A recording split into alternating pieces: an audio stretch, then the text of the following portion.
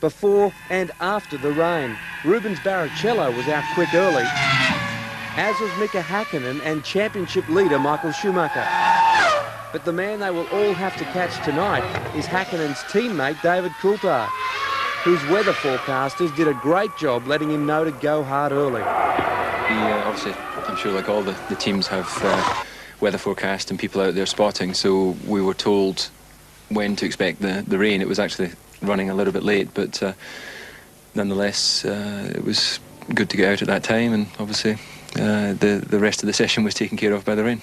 After the rain hit, there was plenty of drivers having trouble, including Jean Alesi in the Prost. Michael Schumacher also had little trouble as he took it to the limit to catch Coulthard. Although he couldn't quite get there, he was happy with being in second place. We're in the first row, and yeah, there was the opportunity to go as well a bit faster. I had a mistake in turn 5. I'm running wide, locked up the brakes. But I guess through this session everybody had his little bits to carry and not really getting out the absolute maximum. I'm quite happy to be where I am. Häkkinen was not quite so happy after finishing third fastest. Well, I was not 100% confident with all the free practices in the whole weekend, to be honest. And the qualifying proves that way the car is not in optimum performance at the moment for me. Joining Mika on the second row of the grid will be the second Ferrari of Rubens Barrichello. Ralf Schumacher, again just a tick behind in 5th place. Rounding out the top 6, Jarno Trulli in the Jordan. Well, David Coulthard on pole position. Michael Schumacher, that man again, yet again on the front row next to him. He was very quick in qualifying this morning. Mika Häkkinen in the second row alongside Barrichello. Ralf Schumacher, good position for him in 5th. Jarno Trulli in the Jordan in 6th on the 3rd row. Fisichella, Eddie Irvine in the Jaguar, qualifying quite well. Villeneuve, Frentzen, Jenson Button, Pedro de la Rosa in 12th. Verstappen, Wirtz, Denez, Herbert, Alesi, Zonta, and Mika Salo, Genet, Makasan and Heidfeld. Now Heidfeld is on the last row of the grid, starting dead last, because all his times were wiped off and he was basically disqualified from practice because his car was found to be 1 or 2 kilos underweight. So that's why he's down the back. I get a lot of people ask me the question, when Formula One they've spent so much money on the cars, how does something like that happen? Well, I mean, I just laughingly said you'd hate them to be building aeroplanes, wouldn't you? But, I mean, basically, Formula One is about who can stretch the elastic the longest. And it's basically, they're all out there trying to stretch it longer than anybody else. And, of course, when that happens, it's always going to break. And, you know, these cars are to the absolute limit. I mean, if they can put a nut on the car which is lighter than the McLaren nut, they'll do so. And, of course, I think in Prost's case, they altered the bodywork into a different configuration, and in doing so they may have cut something off or altered it in such a way that they cut 1 kilo off, waited after qualifying, which they do with most cars, and bang, it was under the limit and you're down the back of the grid, John. David Coulthard also carrying that rib injury is still there. All right, let's quickly go through some points of interest. Dramas continue for Prost after Mercedes Motorsport boss Norbert Haig confirmed that they won't be supplying the French team with engines in 2001. Prost's current supplier, Peugeot, has indicated an interest in buying a stake in the Frenchman's team, but this now looks unlikely. Thanks to reports that the Japanese businessman, yet another one, has bought Peugeot's entire Formula One engine program. They just keep doing it. They've got plenty of money. Mark Webber was punted out of the 4th round of the Formula 3000 Championship this weekend at the Nürburgring. A rain-drenched race saw him the innocent victim of a first-lap collision with 2 other cars. It's his second DNF this season, leaving him 3rd in the championship. Still a pretty good effort. I guess you're going to have a couple of bad races throughout the season. And just in case you haven't heard, the last couple of weeks, James Courtney, a big fan of this kid, finished 4th in the latest round of the British Formula Ford Series. He now shares first spot in the championship with British driver Mark Taylor, and this young bloke has done everything the right way. I had the chance to meet him at the Camps dinner a couple of years ago. He's a delight. Yeah, and he's doing it the right way. He's coming up, he came up through go-karting. He was world championship twice in go-karting. He's just doing it quietly, but you know, I think he's got a big future, I really do. And, you know, I mean, obviously he and Mark are just 2 of many Australians that are currently racing in Europe and America.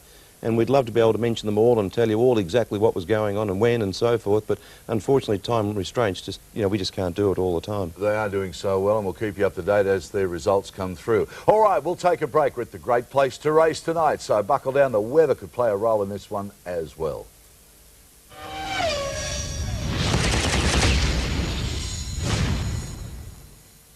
Waiting for cars to go out now. Now, it's a bit of controversy here. We've just been informed that Nick Highfield has been scrapped tonight. He's not racing. Yeah, well, I mean, one thing we were told just a little earlier that he was going to be starting from the rear of the grid, and now we've had information just this second come through that now they're going to flick him. So he'll be a very annoyed spectator, I would imagine. One thing I did notice on the grid then, Daz, is that Coulthard's tyres are very, very scrubbed, and I was always under the impression that you had to have 4 distinct lines and they had to be at a certain tread depth, and the front of Coulthard's tyre, or the front tyres on that McLaren, looked almost like slicks. They were scrubbed down, weren't they? Well, and also keeping in mind, if you have a look at the weather, look at that sky, given the fact that he has got very scrubbed tyres and it does start to rain, that could put him at a major disadvantage. Yeah, well, the outside line there really did look, it was almost invisible, wasn't it? Yeah, absolutely. And it does look like we'll get some weather here. I mean, this area is notorious for weather moving in and out of it. Yeah, well, it's, once again, it's surrounded by mountains and the weather just moves in and, comes out in a matter of minutes. In the Formula 3000 race yesterday, it sort of dumped down. It only came in and went for about 5 minutes or thereabouts, but it was just enough to cause chaos in the Formula 3000 race. Heinz-Harald Frentzen, this is a circuit he likes. I mean, he knows it like the back of his hand. I'd have thought he'd been a bit quicker. Yeah, but he's still not bad, is he? I mean, he's relatively, he's up there, and yeah, but you're right, I would have thought in the fatherland he would be pulling out something a little bit extra special, and but he always seems to come good in the race, Frentzen.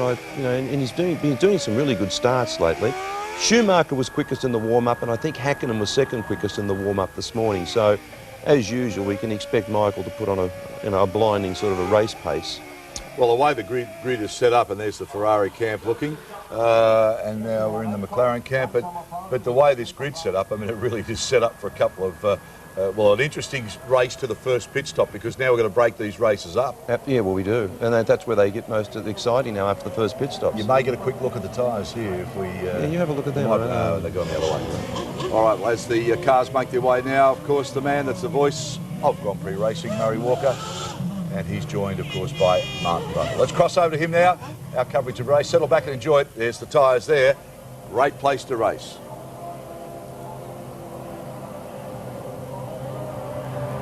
His chief rival, Michael Schumacher, behind David Coulthard. There is Mika Hakkinen. Behind Mika Hakkinen, the man I told you to watch. Look on the right, the third car back, Ralf Schumacher. Watch the lights then when they're all on, they'll go out, there'll be a pause, and the race will be go! Good one by David Coulthard and Mika Hakkinen. Streaks between the two of them. Is that what they were talking about? Is that what they were talking about? And Rubens Barrichello challenging. So Michael Schumacher in second position between the two McLarens, and then Barrichello off goes one of the Jordans, and somebody is trailing along at the back. It is Marc Genet in the Minardi, who's had a very late start. But unlike last year when Pedro Diniz went off, and that is Trulli, Jarno Trulli, who was starting about in 8th position, and it looks as though he's out of the race already. So it's McLaren Ferrari, and then behind you can see them as we ride with Heinz-Harald Frentzen now, and they're climbing up out of the Dunlop curve up towards the left and right at turns 8 and 9, up to the big curve, the sweeping right-hander, that is turn 10, and now then the Vidal chicane. So they're pretty well spread out as they come towards us now, with Mika Hakkinen leading Schumacher, with David Coulthard down from first on the grid to third in the race. Rubens Barrichello started fourth. He is still in fourth position, but in fifth position it is Jacques Villeneuve. Remember what I told you? He has already gained 4 places, a magnificent start. Yes, great start from Villeneuve. The car that rocketed away was Mika Hakkinen. I was watching them, they're right outside our window for the start, and Coulthard got away away well. Michael Schumacher not so well, but then Coulthard lost a bit of ground on the upshift to second. Hakkinen just catapulted through. I'm sure we'll see a replay at some time from the German producer here, but I really would like to see that again. But I'm absolutely sure now that the first 4 cars on the track have got completely different fuel loads. Yeah, and this morning Mika Hakkinen was 9/1000ths of a second slower than Michael Schumacher's Ferrari. That's how closely matched these cars are. Now we are on lap 2 out of 67 laps is this race, and Jean Alesi is in 14th position, the man we're riding with, chasing Jenson Button in the Williams as Villeneuve goes through. Behind Villeneuve is Ralf Schumacher, who has been passed by the Canadian. Fisichella is in 7th place. Eddie Irvine is in 8th position in the Jaguar. So this start, and Michael Schumacher is now really challenging Mika Hakkinen. Yes, Michael Schumacher designed that corner when they changed this circuit. He loves that kind. We've seen him win races by overtaking into that Vidal chicane.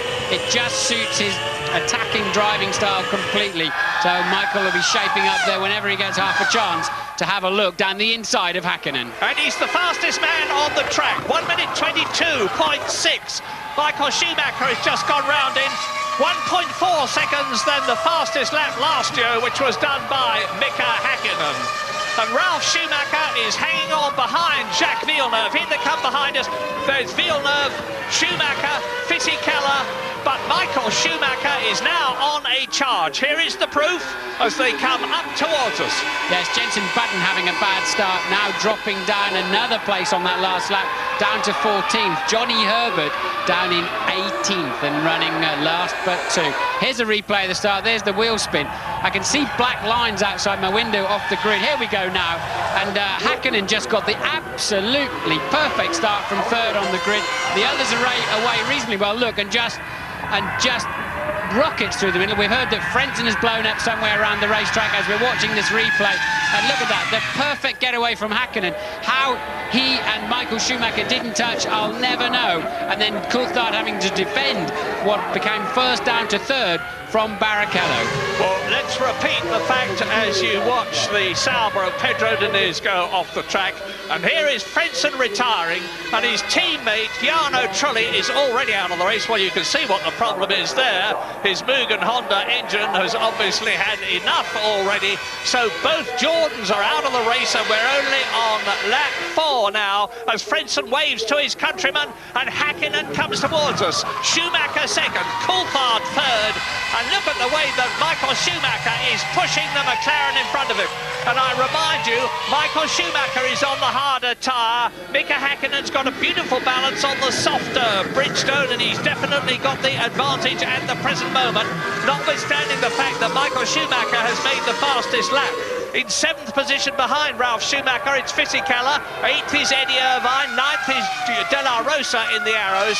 Verstappen is 10th in the second Arrows, and Schumacher is continuing to harry, push, get his front wing right under the rear wing of Mika Hakkinen's McLaren as they storm round this track. Now, the record lap here is held by Heinz-Harald Frentzen, just a whisker under 130 miles an hour in the Williams in 1997. Different specification then. The cars were faster. Very little in it now, and Schumacher is continuing to push. We're on lap 4 already. Yeah, Schumacher's got the faster car, and I'm sure his game plan did not include Mika Hakkinen rocketing off of 3rd place on the grid. Because I think now, if we're right about the fuel load on this Ferrari, Michael Schumacher really expected and needed to be zooming off into the distance. A man probably quite content at the moment is Coulthard back there in 3rd place, if he's running a lot of fuel.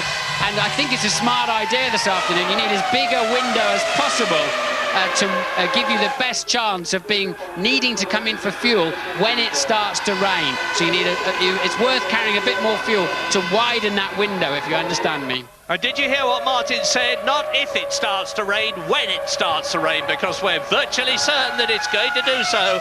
And the teams have been frantically revising their strategies to take account of that. Now, Mika Häkkinen will be quite happy. I think he's got a good balance on the softer tyres. He's leading the race. He can take his line wherever he likes, and Schumacher's got to make him make a mistake before he can get past. And Mika Häkkinen, twice a world champion, is not going to do that. Well, that's two camera angles where I've seen spots of rain on the lens, so for sure it's getting a little bit damper. Looking out of the window, no signs of umbrellas out here with the crowd at the moment, but Michael Schumacher appears to have a much better handling car at this stage of the race. The first two are stretching away slightly from the second two. Häkkinen leads Schumacher, there they are, and David Coulthard is 2 seconds behind them with Rubens Barrichello tucked under his wing. Jacques Villeneuve is 6 seconds behind Barrichello. Fisichella is right behind Villeneuve in 6th position. Ralf Schumacher is 11 seconds behind the leader in 7th place in the Williams. Then it's De La Rosa. And hello, what's happening here? Off goes the Sauber again. And this time, again, it is Pedro Diniz. He does not like this circuit. It treated him very badly at the start last year. He's been off twice already, but after last year, he's a very lucky man to be alive. And we've got news from Louise Goodman. Yeah, I'm standing here with Jarno. Truly, Jarno, we saw your teammate go out with an engine failure. What happened to you? I'm really disappointed because I had a very good start. I was trying to overtake Ralph on the straight, and suddenly I had a hit from the back, and probably physically I lost the control of this car and just didn't lift off, and it just hit me on the back, so the car was damaged and I had to retire. It's a shame because I had a good start, and I can't believe that we did that. Difficult day for the team, bad luck, Jarno. Well, Jarno Trulli was 6th on the grid, Fisichella was 7th on the grid. There have been quite a lot of complaints yesterday in practicing about people holding other people up, but very, very bad luck for Jarno Trulli as the leaders come through and go into their 7th lap. And now Michael Schumacher is pushing again. He's just had the fastest first sector of all this afternoon. This circuit, like all of them, is split up into 3 sectors. But David Coulthard is now, as Fisichella attacks, Fisichella in the blue Benetton is attacking Jacques Villeneuve. That's what you're looking at now, fighting for 5th position. And behind them, look at the orange arrows of Pedro de la Rosa. He's in 7th position ahead of Ralf Schumacher. The arrows are going magnificently here. They were the fastest cars of all in a straight line in Spain, Jos Verstappen and Pedro de la Rosa. They've been going extremely well here. It's a very, very tidy motor car. It's powered by the Supertech engine. Pedro de la Rosa is now showing, after a full season of Grand Prix racing in his first year last year, that he is a very good driver. He's got a very good car. To prove it, he is in 7th position. Yes, I don't know what happened to Ralf Schumacher. I think off screen he's had some kind of drama. He's back down in 8th position. So now, as you rightly point out, Murray, it's Fisichella, look, giving Villeneuve a very, very hard time with the 2 arrows, or certainly one of them still there. De La Rosa in 7th, and that car's been going well all through the practices. It looks as though Mika Häkkinen is going to be able to stave off Michael Schumacher. When are we going to be getting pit stops? Well, if I'm right and they're one stopping, most of them, it'll be round about lap 33, but could be a lot later, depending on fuel load. Yes, a new fastest lap of the race from Coulthard in 3rd place. So he's clearly finding, as his fuel load goes down, his balance is coming back to where he needs it. Häkkinen and Schumacher level pegged at the front on a 122.3. Now, I have to say, Martin, I'm a bit disappointed this year in comparison with expectations with Rubens Barrichello. Yes, he was 2nd in Australia, but and he was 3rd in Spain, but he just doesn't seem to have been on it the way that Michael Schumacher has been. We're riding with Barrichello now. He's in 4th position in the Ferrari, and he's 1.5 seconds behind David Coulthard's McLaren, which is the car that you can see ahead of us. And Rubens just does not seem to have been able to get the balance right on the Ferrari. I've got absolutely no doubt that the cars have got equal specification. And there you see Schumacher's Ferrari. You can see that he's still right up with Mika Häkkinen. They're coming through to complete the 8th lap now in this 67-lap race. Häkkinen leads Schumacher. They are 2.2 seconds ahead of David Coulthard, just going over the grid now. Barrichello in the background is 4th. The next man through is Jacques Villeneuve. 6th position is Fisichella. They are still virtually tied together. Yes, another new fastest lap now, this time Michael Schumacher, but it's very, very close, still a 22.2. So Schumacher edging ever, ever closer to Hakkinen, and really there's not much though. The first four, 22.2, 22.2, 22.4, 22.3, and then they're well over a second a lap quicker than the rest of the field. Now, it's my belief, as I said earlier on, that these harder tyres start marginally to deteriorate in terms of performance, not in terms of construction, after about 10 laps. Well, Schumacher is still in that second place. We're on lap 9 now, and those softer tyres of Mika Hakkinen are going to start coming in as Schumacher has a look nearly to confound me, but Mika Hakkinen knows he's there. He can see that scarlet blob in his right and left mirrors as the McLaren twists and turns round this Nürburgring. Well, we've seen Michael Schumacher hounding Hakkinen before, and he has not been able to force him into a mistake. Maybe the Hakkinen of the old days would have, but this Mika Hakkinen, I have to say, is very, very rare. You see him making unforced errors, so Michael is darting around the track, just trying to distract him at any possible opportunity. 133 Grand Prix behind Mika Hakkinen. He's got a lot of experience with Lotus originally. Here is Coulthard third, Barrichello fourth, and Sauber are readying their wheels and tyres for a stop. Now, is it going to be for Mika Salo, who is in 15th position, or Pedro Diniz, who is 19th? And look at De La Rosa in the orange arrows. De La Rosa right up behind Jacques Villeneuve. De La Rosa is 7th, Jacques Villeneuve is 6th, and Fisichella has moved up into 5th position in the Benetton. It's fast and furious behind the two batches of two which are leading this European Grand Prix. Hakkinen, Schumacher is the first batch of two. Coulthard, Barrichello is the second, and then Fisichella, Villeneuve, De La Rosa together. Yes, I saw Coulthard make a mistake in the first sector of this lap, but there's definitely more rain coming down at the moment. And Barrichello right up the gearbox. It's not in view, but Barrichello, you're watching Hakkinen and Schumacher. Just behind that is Coulthard, just ahead of the sister Ferrari of Michael Schumacher. Rain right behind him, so definitely more rain coming down. And I'm looking to see if Barrichello made any kind of move on Coulthard in for third and fourth place. Now, we had a Formula 3000 race yesterday, absolute mayhem. When the rain came down, this place turned into a skating rink. The asphalt is smooth, and these tyres have got minimal grip when it gets wet, and you've got to have a feather touch on the throttle. 800 horsepower behind each of these drivers, and they're absolutely on the ragged edge of sticking on the circuit when it's dry, never mind when it's wet. And you saw confirmation of what Martin said. Barrichello is right up with Coulthard. Now, the Ferrari is definitely working better in these tricky conditions. Both Ferrari drivers able to put, and this is how Fisichella took Villeneuve. Villeneuve couldn't find traction out of the Vidal into the Coca-Cola, the last turn. Fisichella, neat, tidy, smooth, decisive, right up the inside. And as we know now, De La Rosa then starts applying pressure to Villeneuve. James, what can you tell us? Well, Martin, of course, Michael Schumacher is on the hard of the two tyres, and we saw last year that as the rain falls and you get more and more standing water, they perform much worse than the super soft tyres which Mika Hakkinen has on. So at the moment he's doing well, but as more rain falls, and I can tell you it's falling more and more steadily now. Tremendous atmosphere here. James, Michael's got a real run on Hakkinen. Hakkinen's going to have to defend his line, otherwise Schumacher's going to outbrake him. Well, you made that too easy there, Mika. You had to defend that. 400 metres, 400 metres earlier. Too easy for Michael Schumacher. No good having a look now. Well spotted, Martin. Beautiful, beautiful drive by Michael Schumacher, who has to make... Hakkinen gives way. The Ferrari mechanics wave in delight. So now it is Ferrari, McLaren, McLaren, Ferrari, and that yellow and red flag is to indicate that the circuit is getting wet. They'll know that. They'll see these raindrops coming towards them and bouncing on their visors. And now, remember, Michael Schumacher is the absolute rain master of Formula One. One of the greatest drives I've ever seen as we see this replay of Michael Schumacher diving up the inside of Mika Hakkinen, who has to stay out, tuck in behind the Ferrari as they come into the chicane.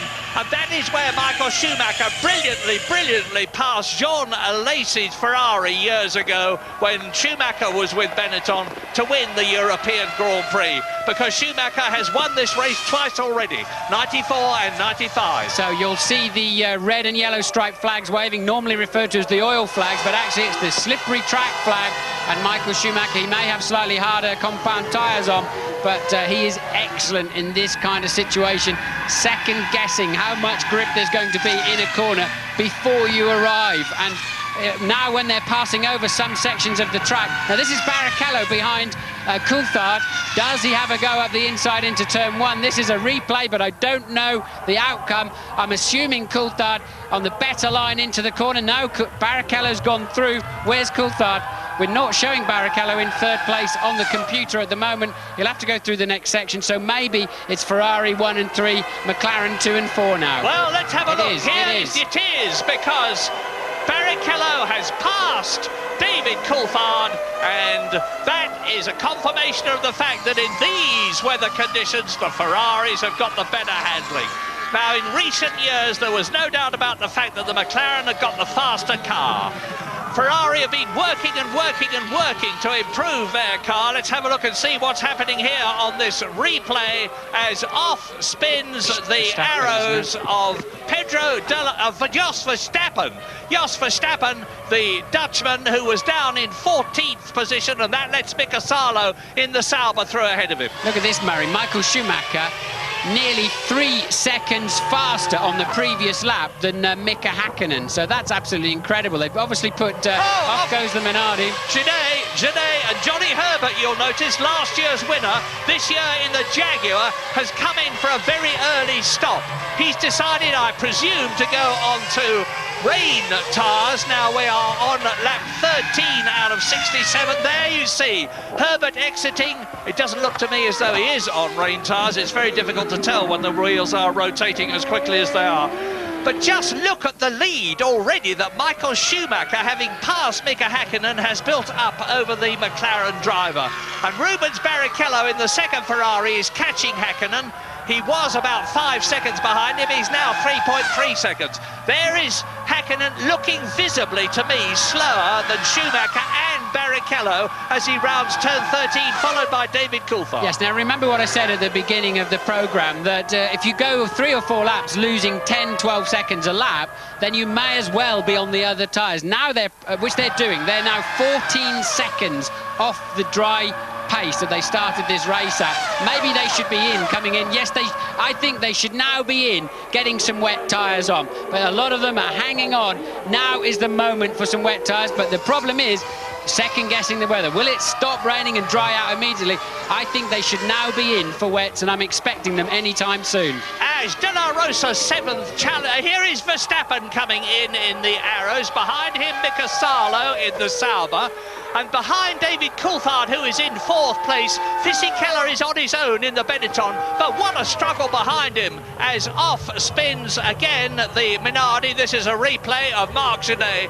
Jacques Villeneuve, De La Rosa, Eddie Irvine in the Jaguar and Ralf Schumacher are absolutely together on the circuit, fighting for 6th position.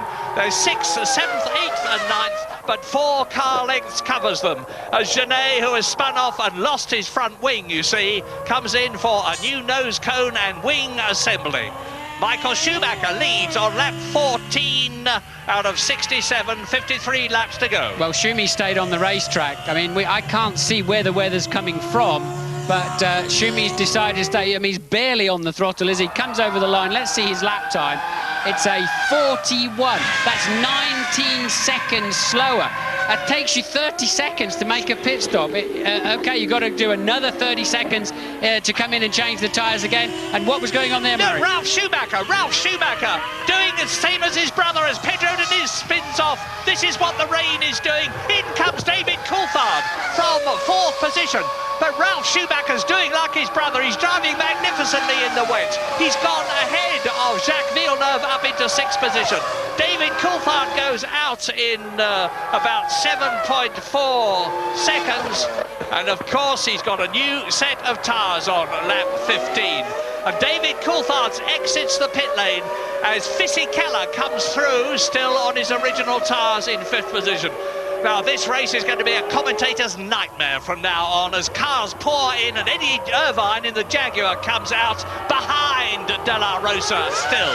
I think it's going to be a commentator's dream, to be honest, Murray, because we're going to see action all through the afternoon. That is true. As these people guess, second guess, change their minds or whatever, but certainly on those lap times, they're better doing 2 or 3 laps on the wet. The wet rubber can often be harder than the dry rubber, but because it's got a lot more cuts in it, the tread moves around, the blocks move around, generates more heat. It's a different type of compounding that gives more grip in cool conditions. So we know the Ferrari mechanics are out in the pit lane too. I think they'll have to respond to, yes, and that is Michael in the pit lane. Coming through what is a very slow last corner, and then over the white line at just 80 kilometers per hour. He's got to hit the button, and there are his team. He's got to hope he doesn't run over them as he did in Spain, but that was not his fault in the Catalonia Grand Prix, and I don't know if James is there. And behind him is Mika Häkkinen. So they come in first and second. Häkkinen stops. There he is in the background. There is Fisichella coming in. So all the leaders are coming in now. And you watch Schumacher exit after 12.1 seconds. That's a very long stop. How does Mika Häkkinen's time compare? Problem for Häkkinen's car, Murray. Long time putting the right rear on. So Häkkinen quite slow away. Now something's coming. He'll beat that out of the pit lane. So I think he lost just a few seconds there while they had a slight drama. And look, Coulthard is right up there with Michael Schumacher. Coulthard, who has stopped. Michael Schumacher has stopped. Schumacher is now just ahead of David Coulthard as they come up behind Jenson Button. Jenson Button in the Williams. And now, Michael's on his out lap. He doesn't know how much grip there is. Coulthard's now on his first flying lap, and that's why Michael's having to defend quite aggressively there with David Coulthard, whose tyres are that bit warmer, and he's got more knowledge of the racetrack. So, lap 16, here is the order at the present moment as you watch Schumacher and Coulthard and Jenson Button keeping his Williams in between them. He's led Schumacher through. He's refusing to be passed by David Coulthard. This is costing Coulthard dear in the McLaren as Jenson Button fights for position and to avoid being lapped, which he has now been. No, that's for position, Murray. Because he hasn't been in, Button, although he's on the wrong tyres, Button is actually in 7th place. Coulthard's taken that 7th place away from him, but he is on wets, but it has, as you pointed out, cost him dearly, and that will obviously be Rubens Barrichello's stop. Here he comes now. He should peel into the... Oh, even a job getting in the pit lane, look. You can see how slippery it is. It's a long, long drag into the pit lane. Look for the yellow line where they hit the rev limiter to slow them down to the mandatory 80 miles an hour maximum. That is it. Now Barrichello looks for his pit crew. Remember what happened last week, the week before last in Spain? It's the new Ferrari fella in place of Nigel Stepney, who with his broken ankle will be watching this race. He's done an immaculate job so far, and that's a good stop by Rubens Barrichello. 7.2 seconds, and behind him there is Ralf Schumacher. That could put Barrichello in the lead of this motor race. I don't know, I haven't seen Schumacher and Coulthard come over the start-finish line. It's totally upside down at the moment, but I wonder if that put Barrichello out in front of the race. I think you're right, Martin. It's so easy to get it wrong, though. I think we'd better be very, very cautious until we see how things are settling down, if they settle down. Because, as I said, there's cars flying in and out of the pits as the weather conditions deteriorate. It's wet out there, but it's not lashing down with rain like it did last year. It could well stop and the circuit start to dry out. That is exactly what happened in the Formula 3000 race yesterday, which went all topsy-turvy when the rain came down. So lap 17 out of 67, 50 to go. We've had action enough already. And look, coming towards us, previous race leader Michael Schumacher, now on a new set of Bridgestone boots. Behind him is Mika Häkkinen. They exit the chicane again as Alexander Wurz in 16th position in the Benetton goes off circuit across the grass over the sawtooth rumble strip, which can be very damaging indeed. Right, Barrichello must have had some kind of problem on that in-lap because he actually is some way behind. So now it is Schumacher, Coulthard and then Hakkinen you can see in the distance, Murray. In third position, so it's Ferrari, McLaren and Pedro de la Rosa coming towards us in fourth position. Wonderful. In the points, it's a long time since they've been there. Fisichella is fifth, Button is sixth. There's a lot more to come, but we are leaving for the moment.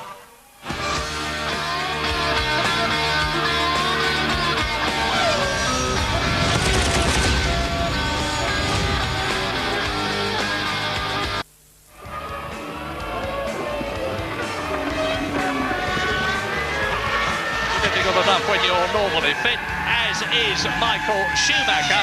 Now, Schumacher is lapping at about 1 minute 32, 1 minute 33 at the present moment, which is a couple of seconds faster than David Coulthard, who is in second position, and only about half a second faster than Mika Hakkinen. So Mika Hakkinen is catching his teammate in second place, but he's still losing time and distance to the man who crosses the line now and goes into his 19th lap out of 67. Michael Schumacher in the background. You see David Coulthard. Now we wait to see Mika Hakkinen come towards us in the McLaren. There he is in the background. Third place. Pedro de la Rosa is driving a storm of a race, and everybody will be keeping their fingers crossed for arrows. They've been driving in Grand Prix for such a long time. There is De La Rosa. Behind him in fifth place in the blue car is Fisichella. Eddie Irvine is in the points for Jaguar. And that is Jos Verstappen behind him, and then Rubens Barrichello. Verstappen is seventh. Barrichello has paid dear. He is down in eighth position.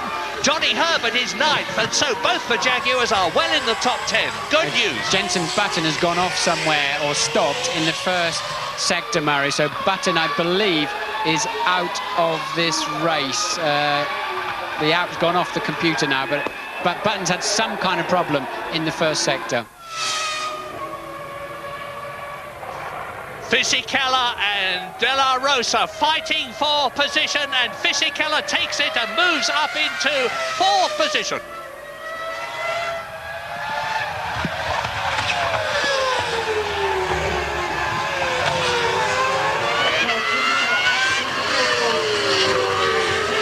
Lap 19 out of 67. What a motor race this is, as Michael Schumacher in the Ferrari leads David Coulthard by 7 seconds. But Mika Hakkinen in the second McLaren is catching Coulthard. A fantastic battle for fourth place between Pedro de la Rosa in the Arrows and Fisichella in the Benetton. And Eddie Irvine is in sixth position for Jaguar. In the points for Jaguar. Jos Verstappen, Arrows, seventh. Barrichello, Ferrari down in eighth position. Johnny Herbert, the second Jaguar, in the top 10. He is ninth, and 10th is Ralf Schumacher. Yes, well, with whatever kind of problem Barrichello had on his in-lap, that's put him down in eighth, as you've seen. And just coming up now to pass Verstappen, and Verstappen may just cut across his bow there, and Barrichello realising that and giving him plenty of space. He's going to get better drive out of the corner, and now surely the next corner is Barrichello's to take seventh place. He's got more grip now. Verstappen's not going to make it that easy for him. A nice piece of driving, Jos. So Barrichello's going to have to work to come through the field. The man who's taking it too easily, he's too cautious, is Coulthard in second place. Remember, Murray, he went off in this, leading this race easily last year by pushing too hard in the wet. Right now, I don't think he's pushing hard enough. He's losing a couple of seconds a lap to Michael Schumacher, and Hakkinen is catching him about a second and a half per lap. This is fantastic motor racing. Sixth on the right, Eddie Irvine, Jaguar. Jos Verstappen, seventh. Rubens Barrichello in the Ferrari, eighth. Now they are fighting each other. I could hardly believe my ears after Spain when I heard people complaining about the two Schumacher brothers, Ralph in the Williams and Michael in the Ferrari, having a battle for position. It was great motor racing, and that's exactly what we're seeing here. Absolutely on the limit. As David Coulthard is being caught, as Martin's told you, by Mika Hakkinen. James Allen, what's the news? Sensational atmosphere down here in the pit lane today, Murray. Just looking at the pit stops, Coulthard stopped for 7.4 seconds. That's not a lot of fuel to go on board, but I think he had quite a bit to start. Now Schumacher stopped for 12 seconds. That's enough fuel for 35 laps, but he had very little fuel at the start, so they're roughly on the same sort of fuel load at the moment. Hackinen's problem was getting the wheel nut back onto the right rear tyre. It's cost him dear about 4 seconds, but on a day like today with such strange and changeable conditions, it might not be the end of the world for him. But obviously Ferrari and McLaren both think it's going to rain now for quite a long time, at least the next half an hour or 40 minutes. This race is far from over, and we definitely will have more pit stops. And Hakkinen goes through, passes David Coulthard. Hakkinen's been lapping 2 seconds a lap faster than his teammate. He's got the bit between his teeth now. He's going for it. He's back into second position. David Coulthard there, the pole position man, goes down to third position. But Mika Hakkinen is some 12 seconds behind race leader Michael Schumacher on lap 21. David Coulthard was looking down in the cockpit there at some point, but normally he's the man in the rain. He's normally absolutely flying. Remember Manicourt last year, where he just scampered off into the distance, and even here. And look, Coulthard, I think he knows that his teammate was much faster than him, gave him plenty of space to pass him going up into turn 7. So Coulthard may be carrying some kind of problem. Normally he is faster than that on a wet track. Yeah, I remember that David Coulthard has actually got 3 broken ribs. He's recovering from them. He's a lot better than he was in Spain. But the fact is that he's got 3 broken ribs, and it's a tremendously demanding situation physically that it's in now, as the Ferrari of Michael Schumacher scythes its way through the field. He is now up behind Pedro Diniz, who is 18th. He's lapped Mazzacane. In fact, he's passed Pedro Diniz. Yes, I think Coulthard lost 5 seconds on the last lap, Maris. I think his problem is more than a few spare ribs in there that are not doing their job. So Coulthard carrying some kind of drama in the car. James, what can you tell us about David? Well, what I can tell you is that the last time by, David came quite close to the pit wall. Adrian Newey the chief designer, came off the pit wall and looked down, leant out over the side to have a very close look. I think it was at the front wing of the McLaren to see if there was any damage. I saw him tap Dave Ryan there, who runs... Oh! Sorry, James, that was Schumacher getting it sideways. Carry on. I saw him... This is amazing, isn't it, Murray? I saw him tap Dave Ryan, who runs Coulthard's race effort, on the shoulder and say, it's OK, Coulthard's car is OK. Well, it may be OK, but it's not quick enough to hold that second position.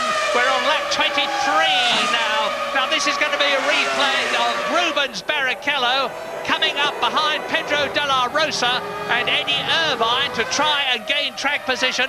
I've said so far, it's Verstappen actually, I apologise. I said that Barrichello has been the disappointment of this race for me so far, because he is down in 7th position. Well, he's moved up a place there, and the race order is Schumacher leading Hakkinen. As you see, Barrichello diving through inside Verstappen's arrows. Now, the arrows are in 8th position and 5th position. De La Rosa is in the top 6. And the top 6 are Michael Schumacher, 12.7 seconds, Mika Hakkinen, 4.8 seconds, David Coulthard, 9.3 seconds, Fisichella 4th, 1.3 seconds, 6.5 seconds, Rubens Barrichello, and then Eddie Irvine is still there, and Johnny Herbert is still in the top 10 for Jaguar.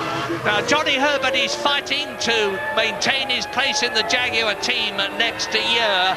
He really wants a good result. Well, of course, he always wants one. And last year he got one here because he won the race in appalling conditions. Look at the track, look at the distance between Schumacher that you've seen go through, and here is Mika Hakkinen. Comparative lap times, well, Hakkinen is lapping nearly 2 seconds faster at the present moment than Schumacher. This lap's about the same though, and remember, Michael had to pass the car on the previous lap, and he got well out of shape, as we saw for ourselves. So I think at the end of this lap we'll see Michael has done a 30.4 and Mika a 30.5, so the gap remains around 12.9 seconds. Well, interestingly, in terms of the Constructors' contest, which Ferrari lead McLaren by 7 points, both the Ferrari and the McLaren teams are on 10 points. That's a replay of Michael Schumacher going into the chicane and nearly, but not, losing it. Michael Schumacher is on a potential 10 World Championship points, and that would increase his lead over Mika Hakkinen. We're going for a break.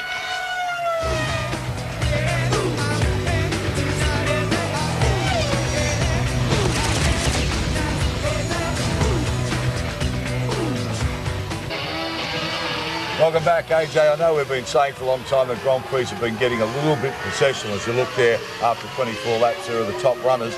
But it's a circuit like this and conditions like this that you really see the best, don't you? Well, you see the likes of Michael Schumacher's talent even come to the fore, even more so. His car control is fabulous. The way he got hold of that Ferrari and, you know, I mean, his car control is just second to none. But, of course, these sort of conditions are fabulous for guys that are in cars that aren't perhaps as competitive as the McLaren and the Ferrari, because it really... Oops, who's that now? That's going to be Zonta or... yeah, Zonta. It gives people a chance that aren't... whose cars aren't competitive as the McLaren or the Ferrari to show their driving skills. And, you know, like the likes of Fisichella and Villeneuve or Verstappen, you know, in these sort of conditions, they can really show their team owners, look, hey, this is my driving prowess. If I had a better car, I could be up with these guys anyway. So, in a lot of ways, these conditions are great for the guys that, as I said, whose haven't got the cars that are competitive. Enjoying it as we look at Schumacher and the Ferrari. Back to Murray. Again, the back of the Ferrari steps out. Again, Michael Schumacher holds it.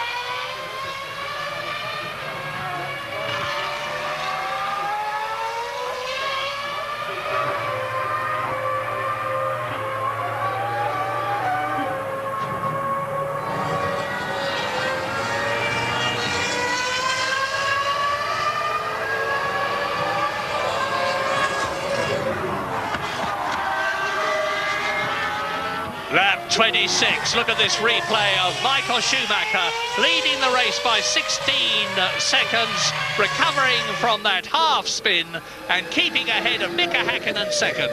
David Coulthard is now 25 seconds behind the race leader and being caught by fourth place Fisichella.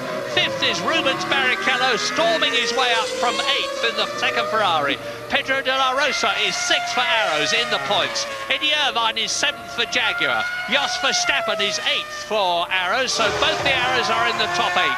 Johnny Herbert is now in 10th position because he's been caught and passed by Ralph Schumacher. Now Jenson Button is in 14th position. Retirements, only two so far, and sadly it's the two Jordans. Jarno Trulli went out right at the beginning, and Heinz-Harald Frentzen had a major engine blowout, and he went out very early indeed. So Michael Schumacher, the reigning master of Formula One, the man who's shown us time and time again what a genius he is in the wet, like the Spanish Grand Prix at Barcelona, like the Monaco Grand Prix, is now in a secure first position and lapping faster than the man you're looking at, the twice world champion Mika Häkkinen. Yes, the McLarens are off the pace in the wet conditions, no doubt about it. The man to watch is Barrichello, who's scything his way back up the field, was eighth, is now fifth, catching Fisichella ahead of him at 1.3 seconds a lap, and the pair of them are catching David Coulthard, who is just 8 seconds behind Mika Häkkinen. So the two McLarens have got to find some kind of pace in these tricky conditions if they want to keep anything near to these podium positions at the end of the day. Well, I've seen much, much worse conditions than this in the wet, and I'm not belittling the conditions now. But we're not getting those gigantic roosters. Well, we are as I talk now, and the Ferrari goes into some pretty deep water. But it's raining steadily. It is not lashing down. And Michael Schumacher, with a clear track in front of him now, is lapping at about 1:29.1, which is almost a full second faster than Mika Häkkinen. And this is where the fact that Michael Schumacher is the best of the day is very much underlined. And there is, you can see the Arrows being chased very hard indeed by Ralf Schumacher's Williams. That's Verstappen in 8th position. Ralf Schumacher in 9th position. Behind them is Johnny Herbert. Ahead of them is Eddie Irvine. And we're hearing news that that Schumacher may be coming in. Ralf Schumacher may be coming into the pits. This is the 28th lap. This is what I was talking about having enough fuel on board to have a decent window, because there's nothing worse than having to come in to change your tyres and then several laps later, coming in again to put fuel in the car. It's a double negative, but often there's no way around it unless you run the car just ridiculously heavy at all conditions. And now with Barrichello into 5th position and on a potential 2 World Championship points, Ferrari have got potentially more points for the Constructors' Championship here in Europe than McLaren have. Barrichello is doing a superb job, and so is Verstappen, because Verstappen in the orange arrows pursued by the white Williams of Ralf Schumacher, who tries to go through on the inside and has to run wide as Verstappen retains his line. They're both closing up on Eddie Irvine and the Jaguar, who's holding that 7th position. It's quite conceivable that here, for the first time in the year 2000, well, first time ever, we're going to see a Jaguar get a Formula 1 World Championship point. Fingers crossed. The problem is for the driver in front, unless you're in a very slow corner where the spray just curiously just fades down and all of a sudden you can see what's going on around you and see something in your mirrors at any kind of speed over, let's say, 70, 80 miles an hour, you cannot see a thing behind you. So if a driver takes a stab at you unexpectedly, it's so easy for you just to drive in and take your normal line, especially in these conditions where you're really needing maximum concentration on the few meters of track ahead of you, rather than in the dry where you're looking down the road a little bit further. Well, 16 seconds is the gap now between the man you're watching, Michael Schumacher. He has already won 3 Grand Prix this year. There is Mika Häkkinen, who's won 1. Schumacher, of course, did the hat-trick, got the treble, the first 3 races in Australia, Brazil, and the San Marino Grand Prix at Imola. Then David Coulthard won at Silverstone in those appalling weather conditions for the people who were trying to get there, although the track was dry. Remember that. This is the first wet race we've had this year. And then Mika Häkkinen won in Spain. So it's 3 to Ferrari, 2 to McLaren so far. And the World Championship well and truly alive, but not this race for Mika Salo, because he is out of it from 13th position. His teammate Pedro Diniz, 17th now, has been lapped.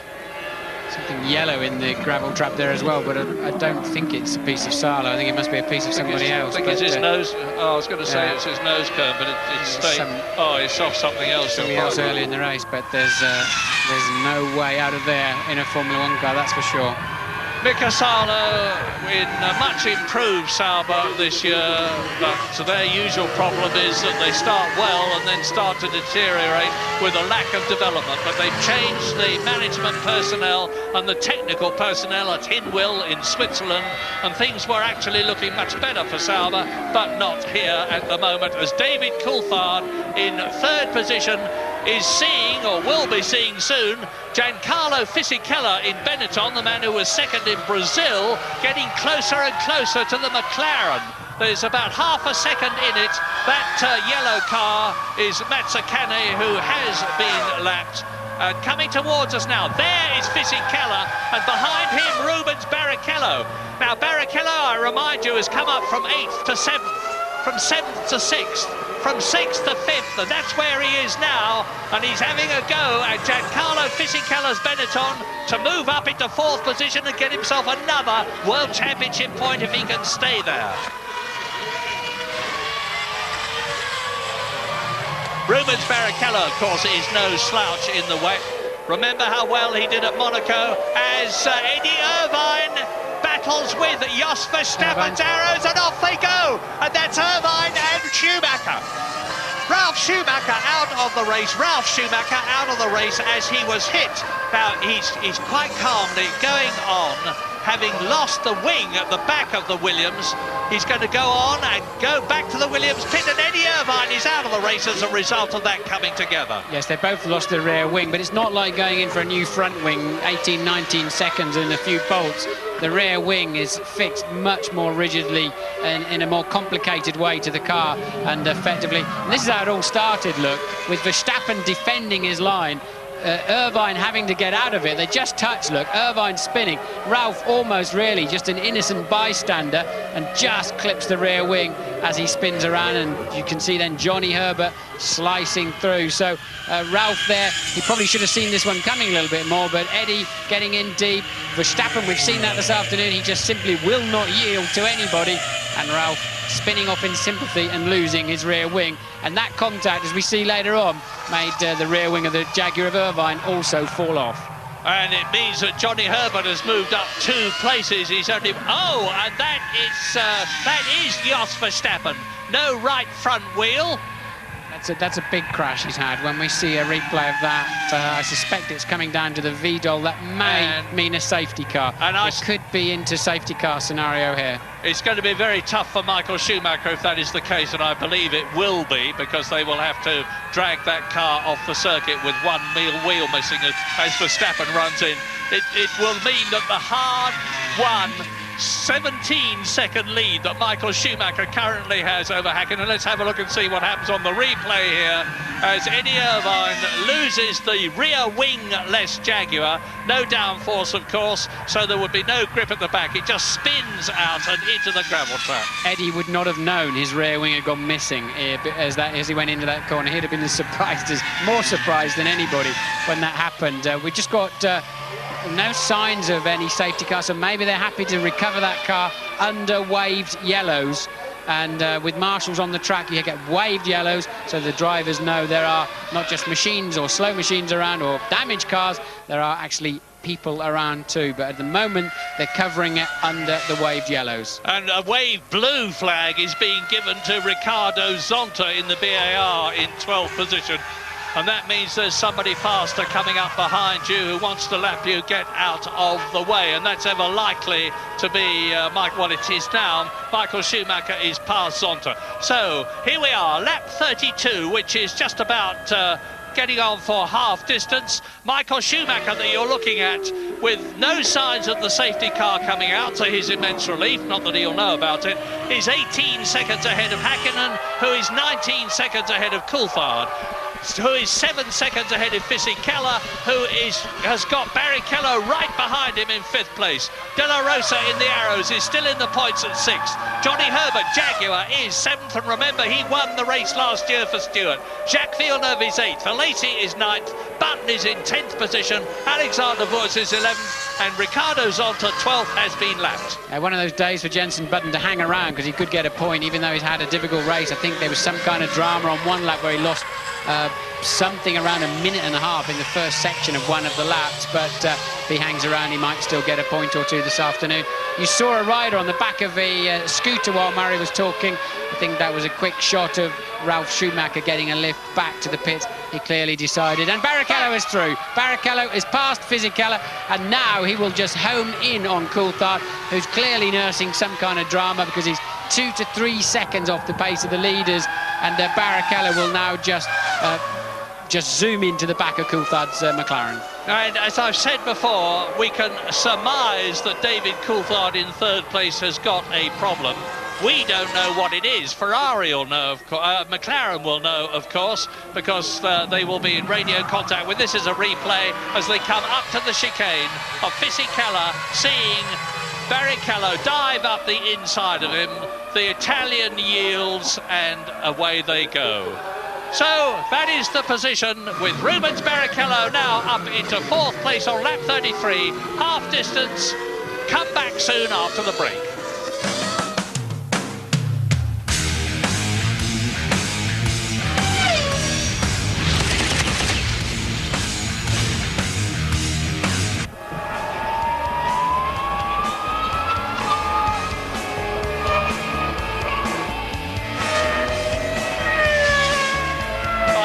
Up the inside of the Benetton at the chicane, going through, taking 4th position, and now is on 3 World Championship points, and he's catching, as Martin pointed out, and Barrichello into the pits. Are you there, James? No. Well, I am, Murray. No, I am here. I think this is probably more a fuel thing than anything else. They may be slightly unhappy about the tyres, but this is fuel to take him to the end of the race. This is Ross Brawn throwing the dice. Whatever happens now with the fuel situation and the race situation at the front, this is to get Barrichello up onto the podium. Yeah, and he's not all that far from it, but now he's got to cope with the arrows of De La Rosa, who has moved ahead of him, but I presume De La Rosa will be stopping again. Johnny Herbert in the background is just outside the points in 7th position. The Nürburgring and this European Grand Prix certainly suit Romford-born Johnny Herbert, who won so brilliantly by calling the tyre changes right in foul weather conditions last year. So now we are with the sole Prost in the race, Jean Alesi, out of the pit lane, and Alesi is, or was, in 10th position. Well, and now Jenson Button has moved up, and in the Williams he is in 9th position.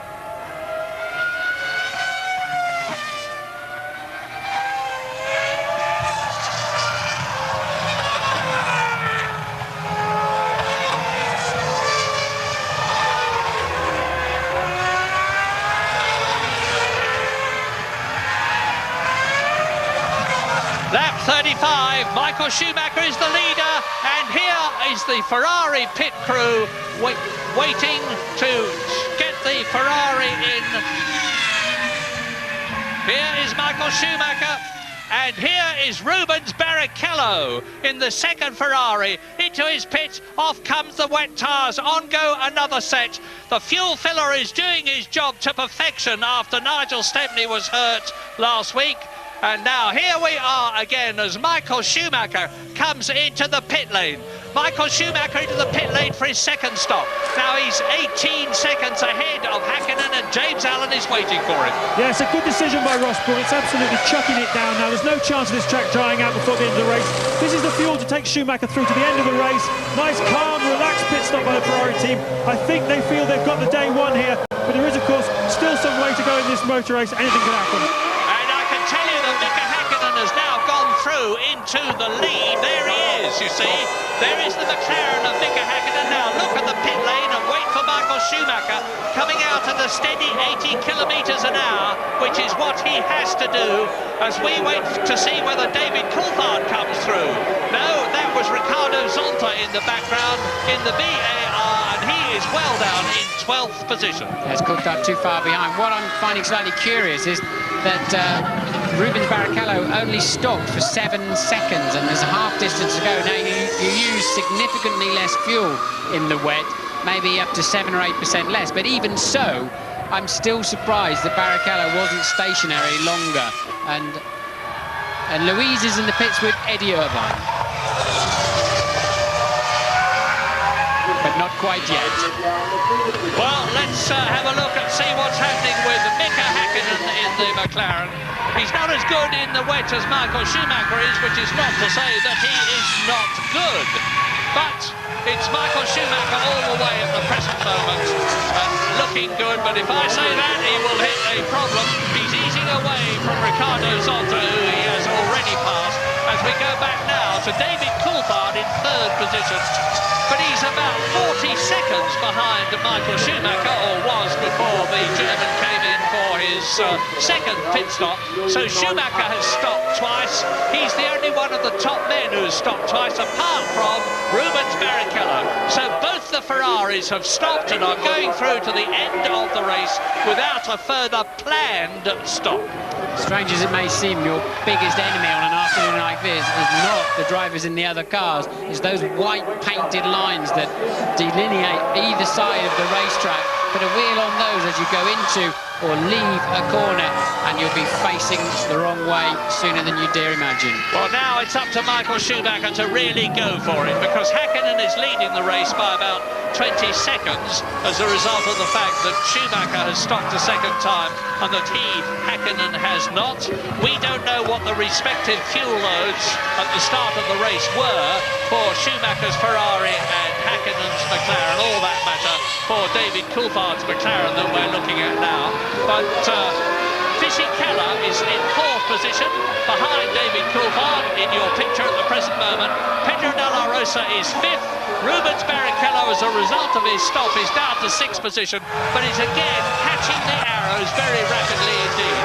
Johnny Herbert hovering just outside the points in the Jaguar.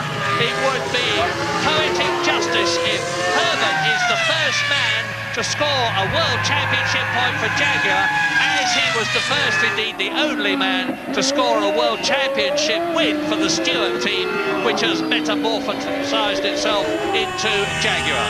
Jack Villeneuve is 8th. Jenson Button is now in the top 10 at 9th position. Alexander Wurz is in 10th position.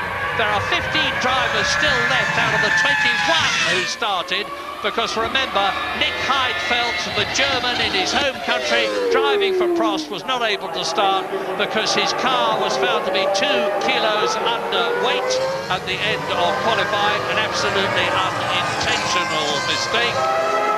And we're now on lap 38. Now, David Coulthard is lapping marginally quicker at the present moment than Mika Häkkinen, his teammate, but Häkkinen is some 10 seconds ahead. I don't know what's happening with Michael Schumacher. He didn't pass a car on the last lap. He's still got Zonta behind him. That's the resultant damage of Verstappen's accident. We still haven't seen a replay as to how he managed to bin his car quite in that fashion. But as you say, Coulthard actually faster than Schumacher too at the moment. So since Michael changed to this set of tyres, he hasn't really had a blistering pace yet. No, it's strange, but when you change tyres, it can dramatically affect your performance. As I've said before, tyres are now the only handmade thing in the sense that humans construct them on a motor car, and they are laboriously built up ply by ply by an operative, and as a result of that you can get marginal differences from one set of tyres to another, and marginal differences in the tyre can make more than marginal differences to the performance of the car on the track. Yes, and of course we know Michael took on 11.8 seconds worth of fuel to see him to the end of the race, but nonetheless it's not enough to justify this kind of lap time difference, although of course the extra mass in the car to turn it, accelerate it and slow it down in the wet conditions, it does have a more dramatic effect than in dry conditions. But sometimes, strangely enough, it can also settle the car down and make it handle and go better. Well, the conventional wisdom is that you need about 20-25 seconds lead to get into your garage, having slowed down, take on a new set of tyres and wheels and get out again still in the lead. And that's about what Mika Häkkinen has got now. Have McLaren got some fiendish master plan up their sleeves, which is going to enable Mika Häkkinen to win 2 races in succession? But the twice world champion last year and the year before, he's 25 seconds ahead on the previous lap. He's coming up to complete his 39th lap now, enter his 40th lap. And I remind you, 25 seconds to the nearest 1/10 was the lead he had over Michael Schumacher. Is that increasing or not as he closes up on Alexander Wurz in 10th position to lap the Benetton? So Häkkinen leads, Schumacher second, Coulthard third, Fisichella in the Benetton catching David Coulthard just as Mika Häkkinen is catching his teammate, Fisichella's teammate, Wurz, and Michael Schumacher has still, there he goes, over the line now, and the gap has increased. Mika Häkkinen is pulling away on his lighter fuel load from Michael Schumacher at about 1.5 seconds a lap. And he's got very nearly now the window that he needs to get in, change tyres and wheels and get out still in the lead. That's the Williams pit crew all ready to receive either Jenson Button or just checking whether Ralf Schumacher is out of the race as a result of that coming together with Eddie Irvine. In fact, here are the retirements in the order of retirement as you watch 4th place Fisichella at his pit stop. Jarno Trulli and Heinz-Harald Frentzen both out very early. Now the arrows goes through of Pedro de la Rosa to take 4th position. Salo is out, Schumacher Ralf is out, Verstappen is out, Eddie Irvine is out.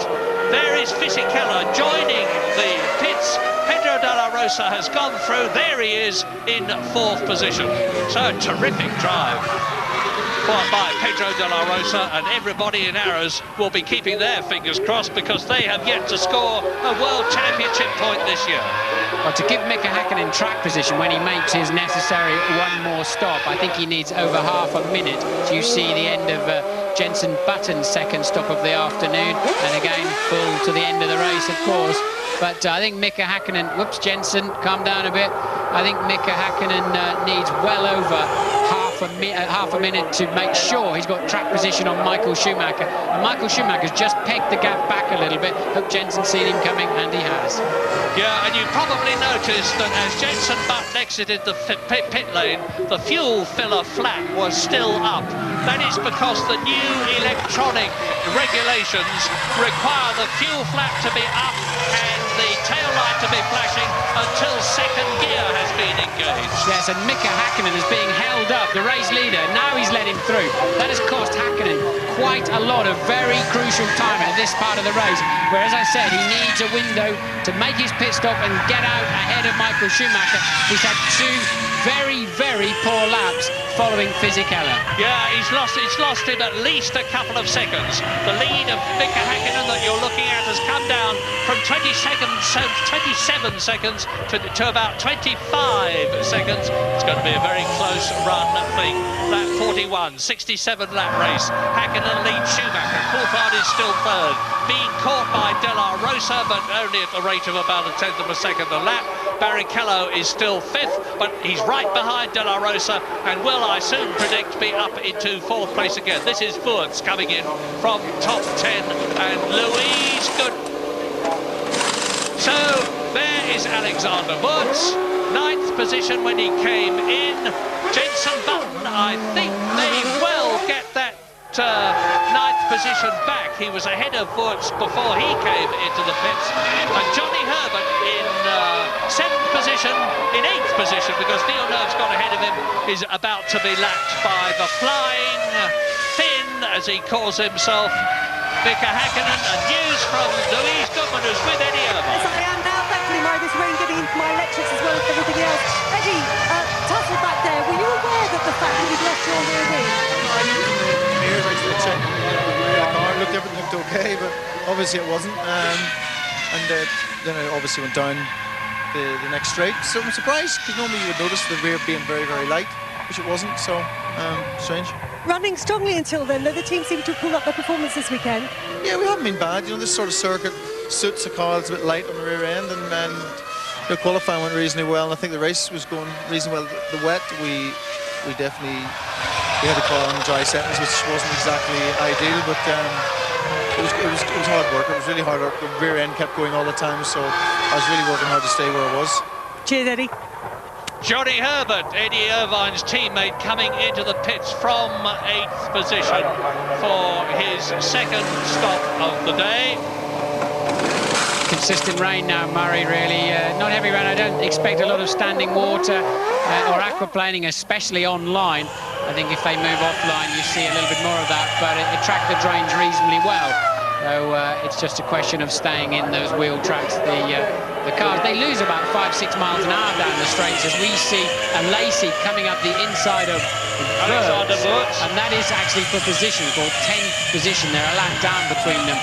But lifting all that water up into the air, the tyres are lifting bucket loads of water into the sky effectively, and that takes a lot of energy, a lot of power, and you lose quite a lot of straight line speed because of that. Now Hakkinen's got his work cut out, because he's coming up to Jacques Villeneuve, who is seventh, who is trying to get past Fisichella's blue Benetton in sixth position. And Villeneuve will be concentrating on getting past Fisichella, not on letting Mika Hakkinen through. Now, there's very little difference between their lap times, but every tenth of a second that Mika Hakkinen loses to Michael Schumacher, who's 25 seconds behind him now, is going to be absolutely critical when the Finn comes in for his second, we presume, and last pit stop. Because I can't believe he is not going through. We're on lap 43 now out of 67. So, Fisichella there, sixth position.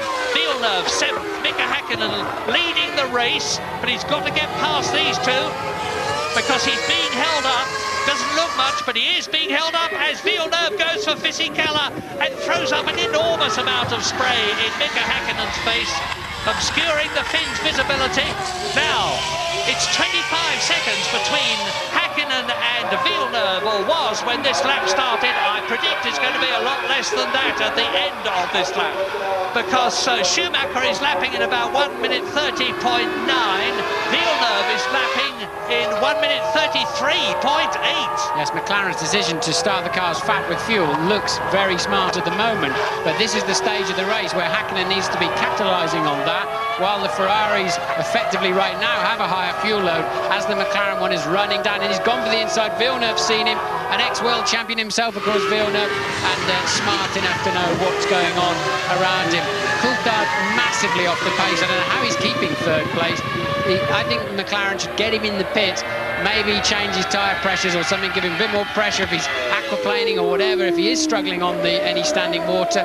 Although there doesn't, as I said, there doesn't appear to be much to me, but Coulthard struggling for lap time. He really should come in and have another set of tyres. And I was so wrong about Pedro de la Rosa replay of Häkkinen lapping Villeneuve. Now, I was so wrong about De La Rosa and Barrichello. I said Barrichello would rapidly regain the fourth place he had got by passing De La Rosa after the pit stops. He's not done so. De La Rosa from Spain in the Arrows is holding fourth position. And then he's not only that, but he's catching David Coulthard at the rate of about 1.5 seconds a lap. He's 27 seconds behind him at the present moment, and Rubens Barrichello is not closing the gap as Häkkinen goes through and passes and laps Fisichella. So Häkkinen, there's only 5 people on the same lap now, and that is lap 45. Häkkinen, Schumacher, and the gap is down to 22 seconds.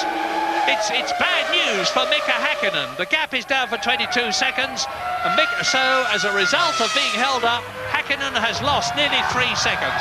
Coulthard is third, De La Rosa is fourth, Barrichello is in 5th position, and those are the only 5 on this lap. Yes, he's lost 3 seconds, but that's like a net 6 or 7, because I think at this stage of the race, you would expect him, he was, until he caught that traffic, pulling away. Now that's clearly the McLaren mechanics in the pit lane. I'd be surprised if they're going to bring Mika in unless he just has to have fuel. Otherwise, they'd let him use that clear air. Does he come in the pit lane? Yes, he does. It is for Mika Häkkinen. So unfortunately for him, he clears the traffic just as he has to come in for fuel. He's clearly got not enough fuel to go any further. So James is waiting for him. Colossal frustration down here in the McLaren garage. They really are upset. That traffic has really messed up their race effort. But to be honest, he was going to need about 40 seconds anyway to get it back out ahead. Looking at what happened with Michael when he made his stop and how much time Häkkinen made up on him. So it's not a bad stop so far. That's the fuel to the end of the race. Slow getaway, trying to find his gear. Schumacher through, James. I'm sorry. Schumacher has passed Mika Häkkinen into the pit lane. Here is Michael Schumacher regaining the lead. There on the left is Mika Häkkinen back again into 2nd position. So that held-up period really did cost Mika Häkkinen a lot of time. Well, it's a new adventure now for Häkkinen. How do these tyres feel now? A little bit of extra fuel, but we know both cars must have identical fuel levels, give or take a kilo or 2, to get to the end of the motor race, as Coulthard comes in too from a distant 3rd place. So Coulthard in for his 2nd stop, and I expect now Michael Schumacher to pull away another second or 2 in these first 2 laps before then we see which one of them, if Häkkinen can close that gap down. A decent stop there from Coulthard. That was critical. Can he get back out ahead of De La Rosa and Barrichello? Well, here's De La Rosa and Barrichello. Here they're coming on the right. There is David Coulthard on the left, and De La Rosa goes through, and Barrichello goes through. So David Coulthard has lost 2 places. He's gone down from 3rd to 5th. And the magnificent Pedro de la Rosa in the orange arrows. Here he is coming towards us. He's up into a podium position. Well, he's got a World Championship point in the past. Last year he got one. But the possibility of him finishing on the podium in 3rd position is a really exciting one. Something that Formula One really needs. Yes, we didn't see De La Rosa stop, to my knowledge, and I don't know how long or exactly when he stopped in this race. So he is the only one of the front runners that's had 1 pit stop, which is entirely feasible, but we'll try and look into which lap De La Rosa stopped on. Yeah, I was expecting when this race began, you're looking at Barrichello now, and Barrichello is in 4th position.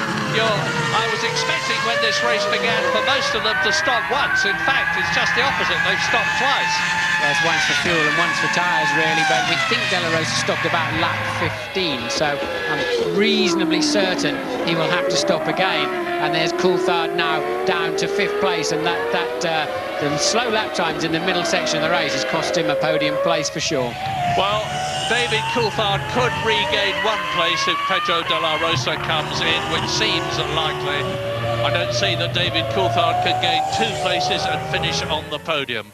It's looking more and more as though it's going to be a Ferrari victory with a Ferrari 3rd place. Michael Schumacher winning the race, Rubens Barrichello being in 3rd place, sandwiching Mika Häkkinen, which would help enormously Michael Schumacher's lead over Häkkinen in the Drivers' Championship and Ferrari's lead over McLaren in the Constructors' Championship. But there are still 20 laps to go. The leaders are on their 47th lap now as the Ferrari goes through. So we've got a bit of a lull in this terrific race. So leave us and rejoin us later.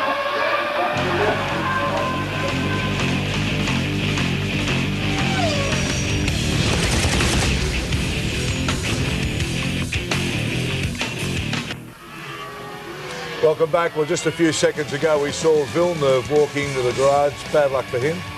Yeah, I mean, I don't know what went wrong there. Well, no doubt we'll find out soon enough, but the car looked all right. It was obviously a mechanical problem. De La Rosa, that's a classic example of what you said at the top of the show, when in conditions like this a driver can show what he's worth. Hey, you know, with a little bit of luck, De La Rosa could end up on the rostrum, and he certainly, with all due respect, wouldn't have been there under dry conditions. So, you know, it is a great opportunity for a good driver to show his mettle. McLaren really having no luck with the traffic. No, I mean, Häkkinen lost valuable seconds in that traffic there. He's been very bad with the traffic. It's just the way it goes. I mean, Schumacher's had a fairly good run with it, and Häkkinen's copped it all. Back to Murray. Prophesied was going to be ahead of De La Rosa a long time ago. He's not. But he means to be on that 3rd step of the podium just as much as De La Rosa means to be there himself. Great prospects of a terrific scrap. Now the Ferrari should have the edge on the Arrows in terms of sheer engine power. Just look what Barrichello is having to cope with. A curtain of spray in front of him. I think we're going to see the Arrows in the pits. The Arrows mechanics are out in the pit lane, I can see. And that surely means it can only be for De La Rosa, as Verstappen has long departed this race. Well, De La Rosa can be mighty proud of himself because he's held Barrichello off.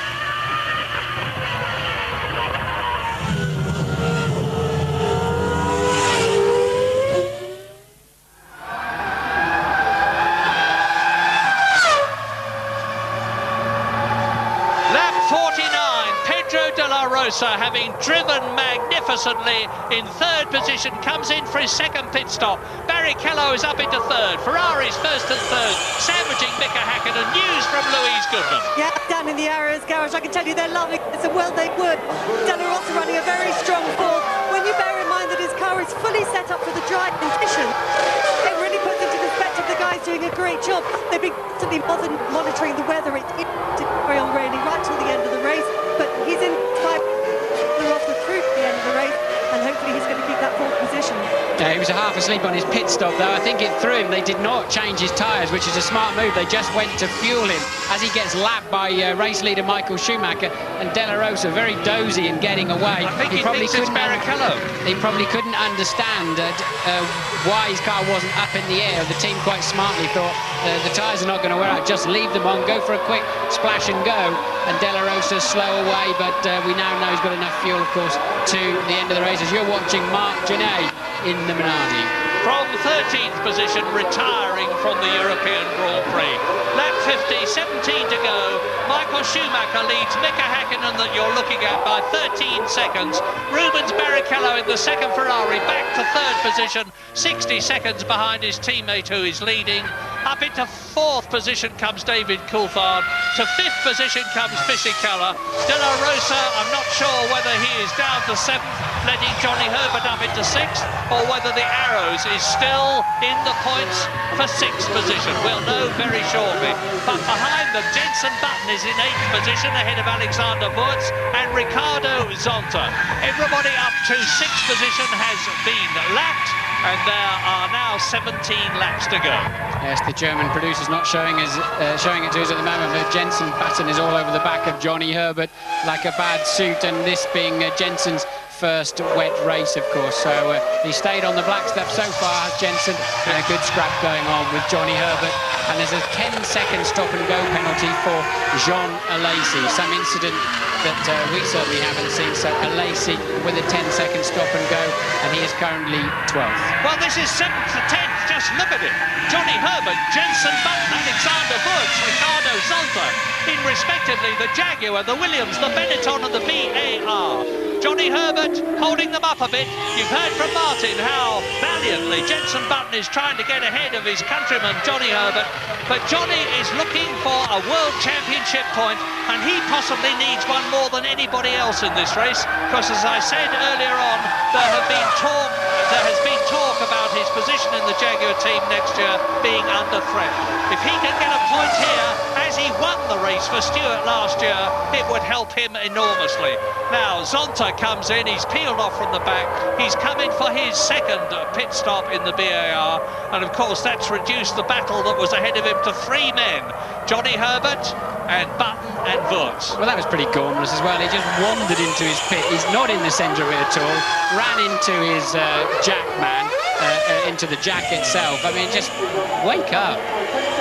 Well, you can see how the cars are slipping and sliding in these conditions. Just imagine being in the car, an enormous noise going on behind you. You're fighting for grip. There's 800 horsepower being pumped out. Just the merest whiff of too much throttle and you can be off the circuit.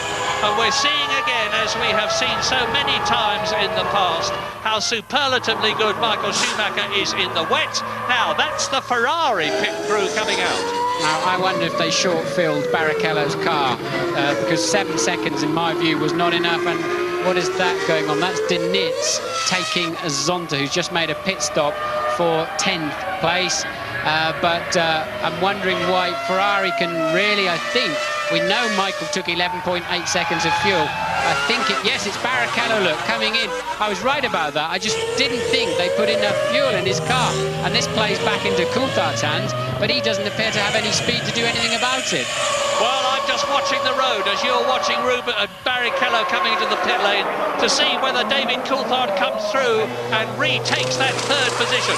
He was 19 seconds behind the Ferrari. It's going to be mighty close, but there's only just a little fuel gone in, and Barrichello exits the pit, and Coulthard has yet to go through. There he is!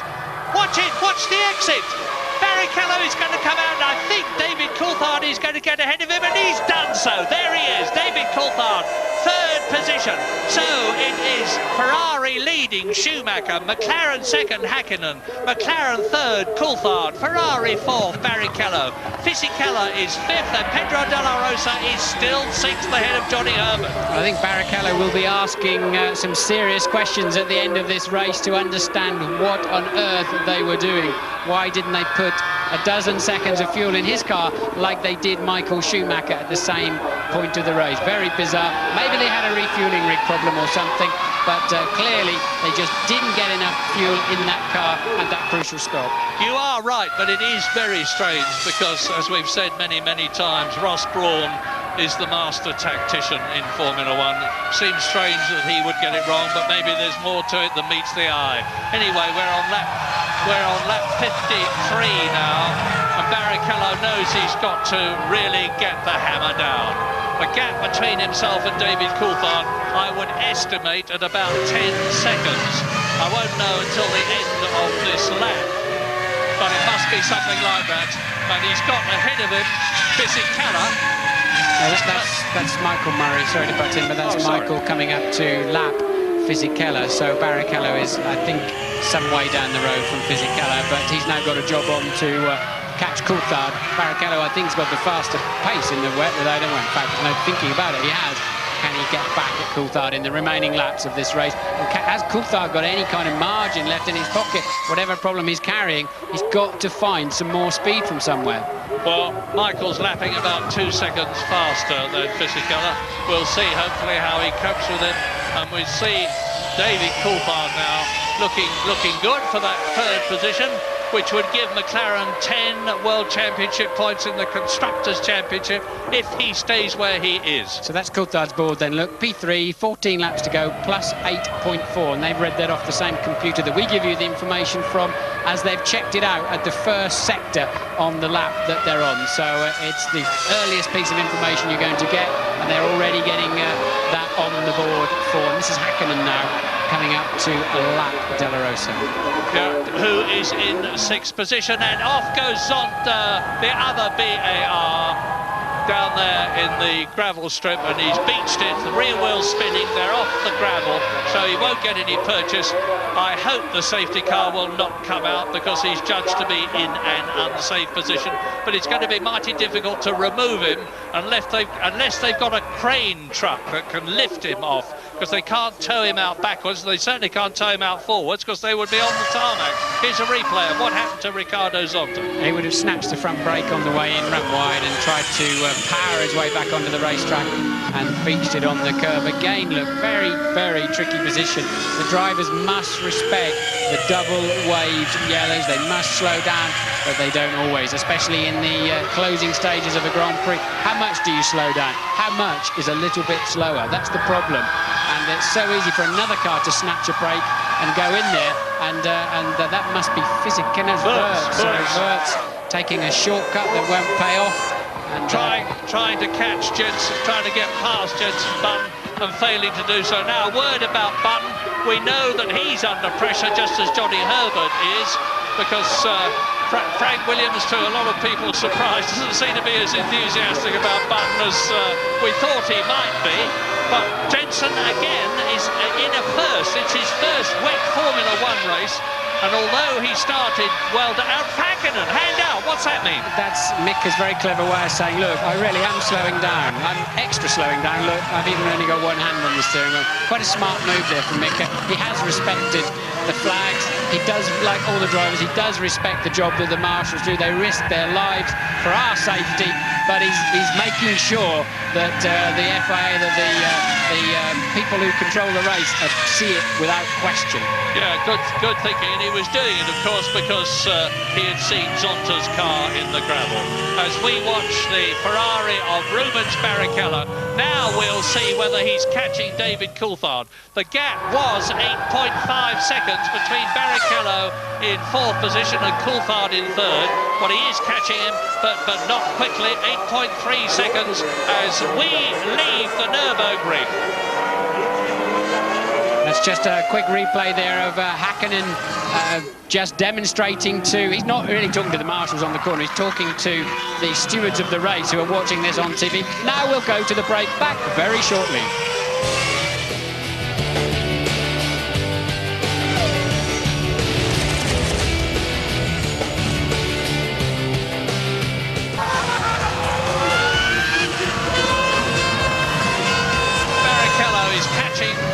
Place David Coulthard in 3rd, but not quickly enough, I think, to be able to get onto the podium. 5th is Fisichella, who's been lapped. 6th is Della Rosa, who has been lapped, of course.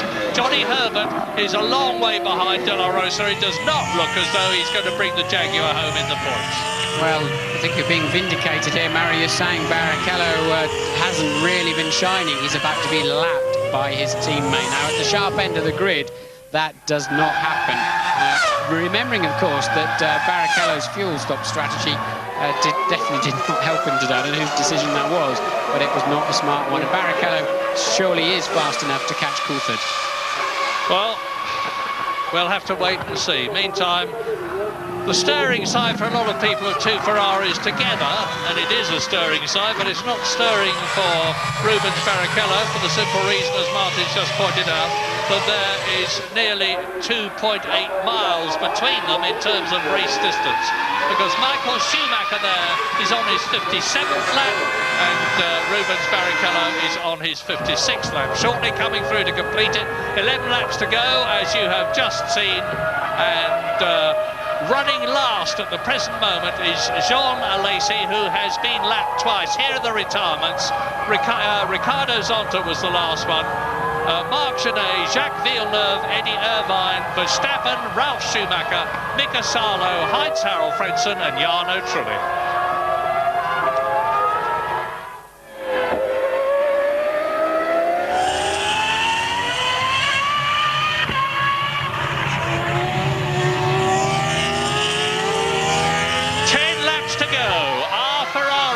make it their 4th win of the year, and even more interestingly from their point of view, are they going to have 3rd place as well?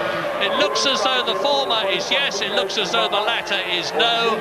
Michael Schumacher leads Häkkinen by a decreasing margin of 7.6 seconds, with David Coulthard being caught by Barrichello, but not fast enough. Fisichella is 5th and De La Rosa is 6th. I had to disagree with you, Murray, but I think Barrichello is plenty fast enough to catch David Coulthard at the moment. But amazingly, Barrichello is about to be lapped by his teammate, and at this level of the game, that is the ultimate embarrassment, even though clearly whoever decided Barrichello's strategy, it's definitely not helped him on the afternoon with that extra pit stop. But Barrichello about to be lapped by teammate Michael Schumacher, and that gives you a pretty good indication of just how well Schumacher and Häkkinen have been going this afternoon in these treacherous conditions, because they're lapping for the 4th place man.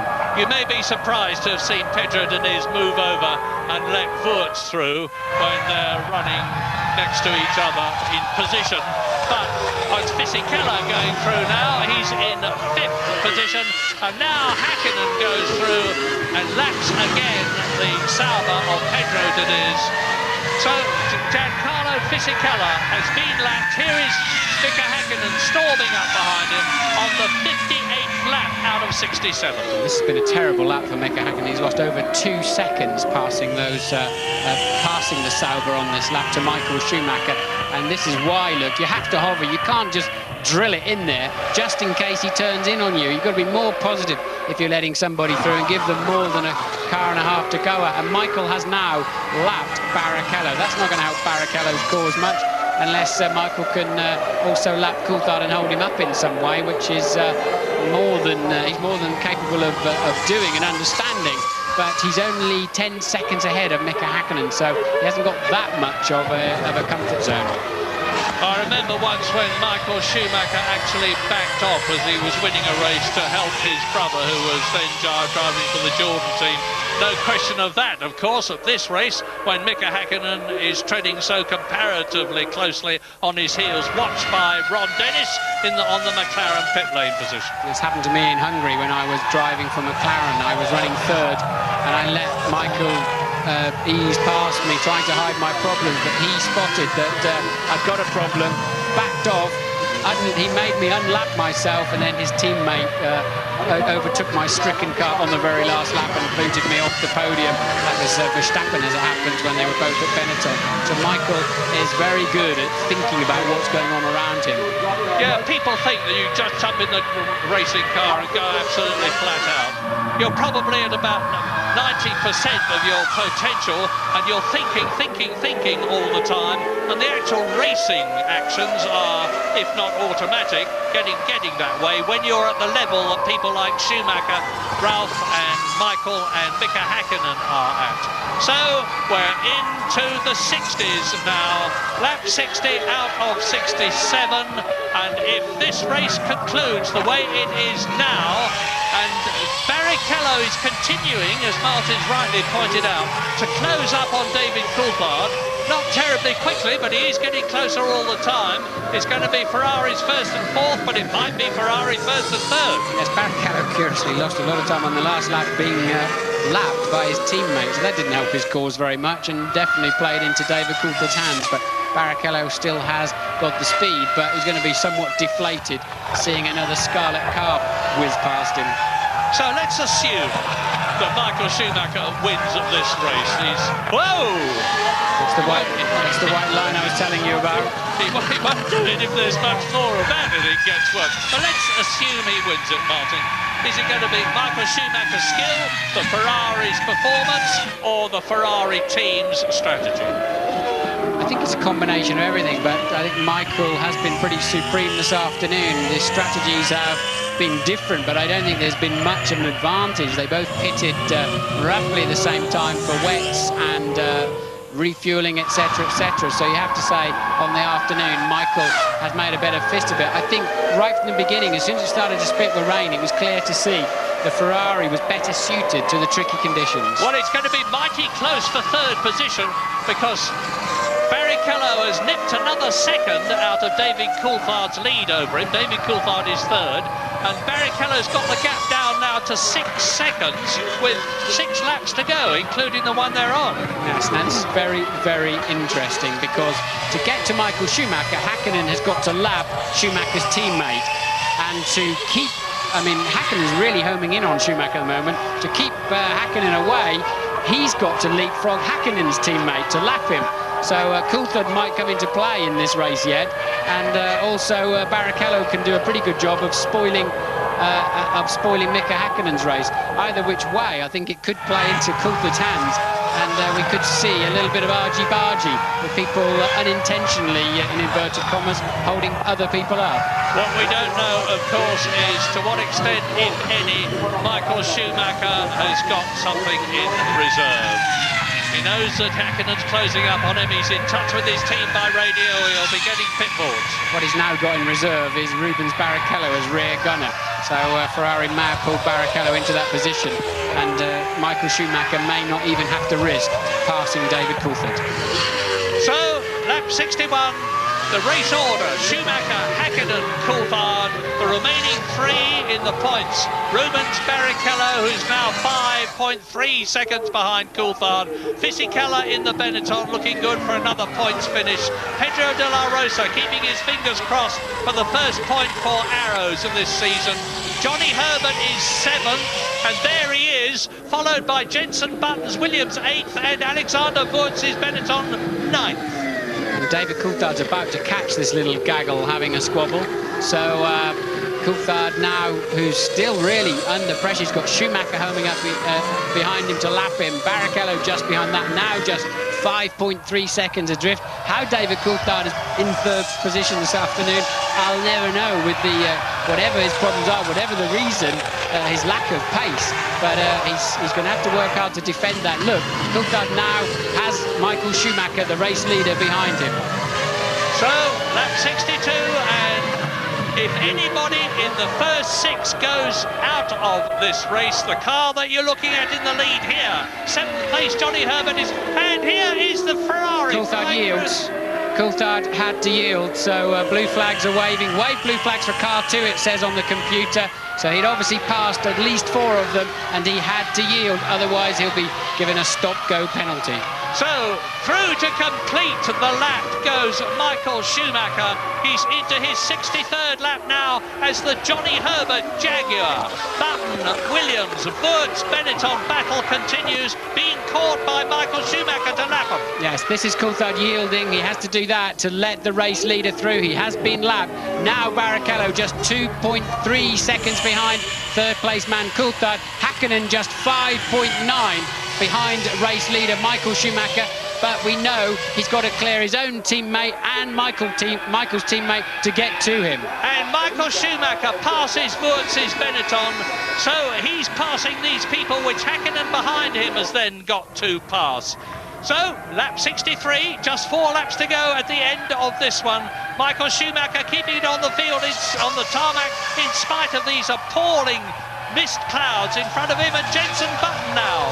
Is he going to turn across? Yes, he does. Michael Schumacher backs off very sensibly, and Button sees them, holds the Ferrari back. This is, and look at Häkkinen. So, and Coulthard in the McLaren, it's mighty close, and there's only 4 laps to go, and there is just 2 people on the same lap at the present moment. Michael Schumacher and his Finnish rival Mika Häkkinen in 2nd place. And Jenson Button lost out badly there. He's lost a place to Wurtz, so he goes down into 9th. But look at Barrichello trying to get up the inside of Coulthard. They're both being held up by the scrap that's going on. A further lap. They're lapping. They're already a lap down themselves. The other people getting in the way are 2 laps down, but Coulthard got a reasonable run out of the corner. Where is Barrichello in that spray? Still behind him, look. Yeah, remember Spain. Remember the way that Rubens Barrichello nipped past the Schumacher brothers, but then he had Michael helping him by holding Ralph out, and there the Ferrari flying past. That's Michael Schumacher in the lead, flying past Johnny Herbert to lap the Jaguar in 7th position. So, keep this order in your mind. Schumacher leading, Häkkinen 2nd, Coulthard 3rd, Rubens Barrichello right behind him. Fisichella is 5th, Herbert is 7th, and they're virtually together on the track itself. Even the camera can't see hardly now, look, so the visors do get penetrated with water. You start peering through little holes in the end, trying to just pick out the curbs and braking point. Michael, but dangerously close to the edge of the track again. But the vital thing is that Michael Schumacher has now cleared the people he was lapping and has got an open track in front of him. He can see where he is going. He's on his 64th lap. He's got 3 laps to go at the end of this to make it the 4th Ferrari win of the year 2000 as Alexander Wurz comes up behind Johnny Herbert's Jaguar and has a go. Wurz trying to improve his reputation this year. Yes, and Coulthard slow out of the Vidal. They're going to touch surely. Oh, off they go. That's tragic for Johnny Herbert, but he's kept it on the island. Brilliant. Now has he got the engine running? But that's cost Wurz his place, but it may be that and Jenson Button, now where is he? Well, there is David Coulthard with Barrichello right behind him. They are 3rd and 4th, but we need to look back down the field a bit. Wurz is out of the race. Yes, so that actually cleared the way a bit for Coulthard, but I think Barrichello is much quicker under braking, and surely he's going to nail David down into the Vidal later in this lap. David's going to have to keep to the inside and make this is a replay of Barrichello trying to, no, in fact the camera then cuts away. Look, you're just always going to run wide, and well, I think Johnny must have known the laws of physics there, that the Benetton was surely, he should have going to come towards the outside of the corner, should have given him a little bit more space. Well, it actually hasn't helped Johnny Herbert because he is still not in the top 6 as a disconsolate Alexander Wurz walks in to make an explanation. Notice he's got 1 blue boot and 1 red boot. That's his good luck symbol. Hasn't done him much good in this race. Michael Schumacher on lap 65, 10 seconds now ahead of Mika Häkkinen as a result of weaving his way through the traffic better than the 5th. Is looking very, very good indeed for his 4th win of the year. Button is out of the race. I can see on the computer car 10 has stopped, so Jenson Button is out of this race. And look, there is the dice for 3rd place as they go over the line. So Barrichello can't find a way through the spray. He didn't find a way up the inside into Vidal, and Coulthard has to somehow hang on for 1 more lap. Crucial for David, while he's struggling with his injuries or whatever he's got to carry, he needs to maximise his points in this race. He cannot afford to yield that place to Rubens Barrichello. Well, David's had a first. He's had 3 thirds, one of which was disallowed. He's had a 3rd. He's driven magnificently this season. He's 3rd in the World Championship. If he can stay ahead of Rubens Barrichello on this final lap, it's going to help him. On this last lap but 1, it's going to help him as the Ferrari technicians look anxiously at their monitors, and Michael Schumacher is on his 66th and last lap but 1. That was the Ferrari. Now the next car up will be Mika Häkkinen's McLaren. There it is, and David Coulthard, and behind him is Rubens Barrichello. So Barrichello, I think his best chance is at the next corner after this. So if he's got, Häkkinen's given up. Häkkinen's satisfied with 2nd place. He's now 13 second. He realises he's not going to leapfrog those 2 in the time available. And Barrichello just nowhere near close enough, even though he's much stronger on the brakes into this Vidal. So now Coulthard knows where his strengths and weaknesses are. Barrichello's got better traction. We've seen him overtake cars out of this chicane all afternoon. But Coulthard knows he's got to have just enough distance into Vidal, and he's guaranteed then this podium position. But now, can Barrichello get a run up? There's a lot of grip up to the inside of turn 1 in the rain here. It is amazing how late and deep you can go on the brakes. Barrichello, I expected him to pop out of the spray, but he just couldn't do so. Strong engine there in Coulthard's car. Barrichello driving absolutely blind, and total faith in the car in front. Well, these 2 are not going to go the full race distance. Only Michael Schumacher, who is now on his last lap, and Mika Häkkinen are going to do that. But it certainly looks like being Ferrari, McLaren, McLaren, Ferrari, because look, on this last lap for him, David Coulthard is staying ahead of Rubens Barrichello as they exit turn 5 on this 13-turn corner track, and Michael Schumacher comes out of turn 8 with the German horns, the air horns blowing, the flags flags are waving. Schumi is their hero, and you can see Ferrari flags all round the track. A magnificent, if he gets there, and he hasn't got far to go, the Ferrari mechanics already crowding the pit lane. And Michael Schumacher is coming in to win his 4th race of the year to extend his World Championship lead over Mika Häkkinen by a further 4 points, from 14 points to 18 points. Schumacher wins in Germany. And Coulthard, I think, is going to maintain the 3rd. He took a 2nd somewhere out of Barrichello, and there's Coulthard 3rd, Barrichello 4th, and curiously 2nd place man coming over the line now, nearly a lap ahead. So Häkkinen, a slightly disconsolate cruise over the line. Great drive from Michael Schumacher. And with Pedro de la Rosa in 6th position in the Arrows, behind Fisichella in 5th place, it means to say that Arrows magnificently in their newly liveried bright orange motor car have finished in the points for the first time this year to give Pedro de la Rosa his 2nd World Championship point in his 2nd year of Grand Prix racing. A very, very happy Ferrari team. Well, McLaren have got 10 World Championship points to Ferrari's 13. It could have been worse, but the fact remains that the gap in both championships between Schumacher in the drivers and Ferrari and McLaren in the constructors has increased. In fact, now Michael Schumacher is on 46 World Championship points to Mika Häkkinen's 28. David Coulthard is still 3rd. Rubens Barrichello is in 4th place as he was before. Ralf Schumacher is still 5th, and Fisichella is still in 10th position. Well, as ever in Grand Prix racing in Formula 1, a wet race, particularly one that starts off dry and becomes wet all the other way round, has turned out to be immensely exciting and dramatic, and it really does look as though the tide after all these years has turned for Ferrari, led by the little man that you see walking into the Ferrari garage, Jean Todt, the Frenchman, who recruited Ross Brawn, the Englishman, Rory Byrne, the South African, Michael Schumacher, the German, to help him bring Ferrari back to the front, and he's certainly done it here. Important day for Ferrari, because clearly McLaren were gathering pace and coming back at them with some energy after those dominant 3 wins by Michael in the first 3 races. And Ferrari today have nailed that. They've stopped that march, and I think it was a very significant day in this year's World Championship.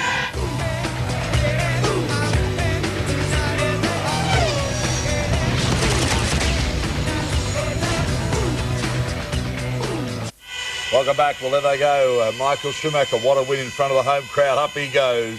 Elation. Well, I guess if you're going to win a race, to win in front of your home crowd's the one to go for, isn't it? Stand by for the national anthem.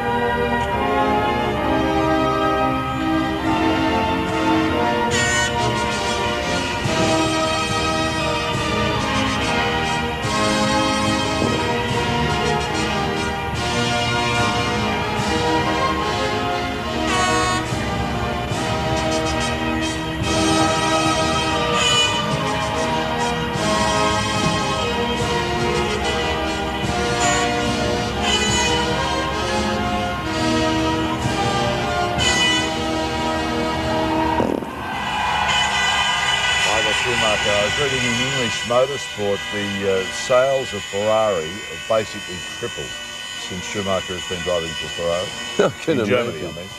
Silver grey one. He was taking the mickey out of the Italian national anthem.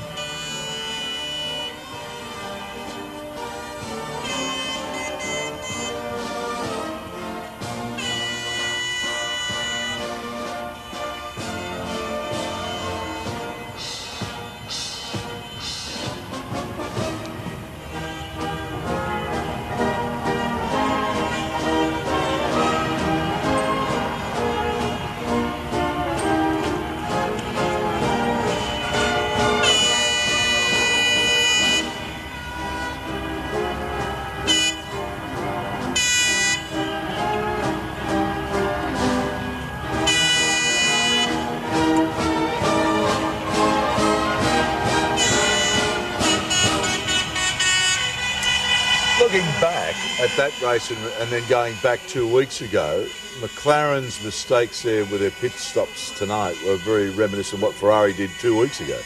It's just reverse roles. Yeah, and it was very unusual for Ross Brawn to make a bit of a cock-up like that with Barrichello too. I mean, that's he is the best in the business when it comes to that. One thing noticed about Schumacher and indeed the other two guys, not an ounce of wet. Their hair is as dry as a bone. Like, he is as fit as a fiddle. He has a semi-trailer that goes to each Grand Prix, and it's a big mobile gymnasium, and he actually, in between sessions or whenever he gets the mood, goes and does a workout with this mobile gymnasium. Well, I remember when we were in Maranello at the Ferrari factory and he had the Enzo Ferrari's old home that had been part of that, had been converted into a gym for him there. Yeah. Mika Hakkinen, look, you're a little stunned, I think. I really think they came to Germany thinking they could win here. He looks a little stunned, a little mystified about all this tonight. I think it's going to be a pretty slow press conference with Mika's answers tonight.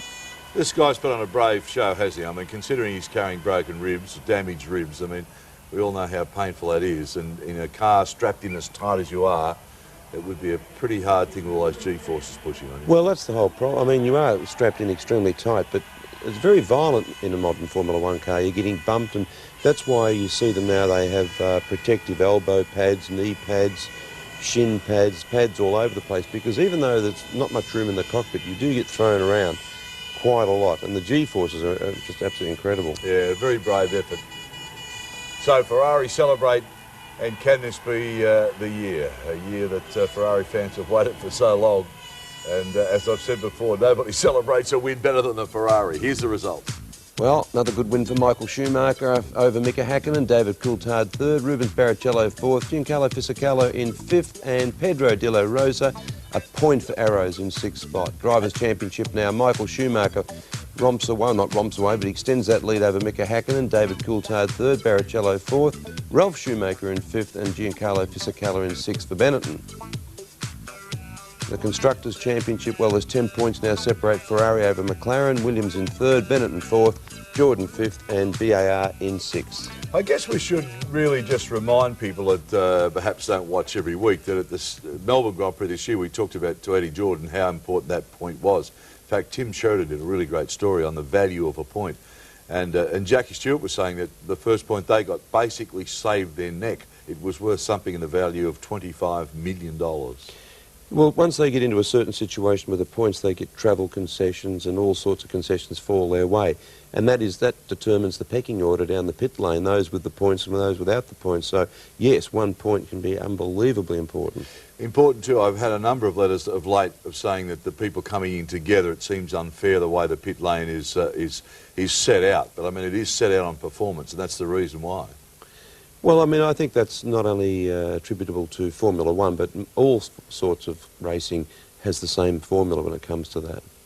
Yeah, I just answering the letters of people I've had, the reason being obviously the faster teams get the advantage of where they're placed in pit lane.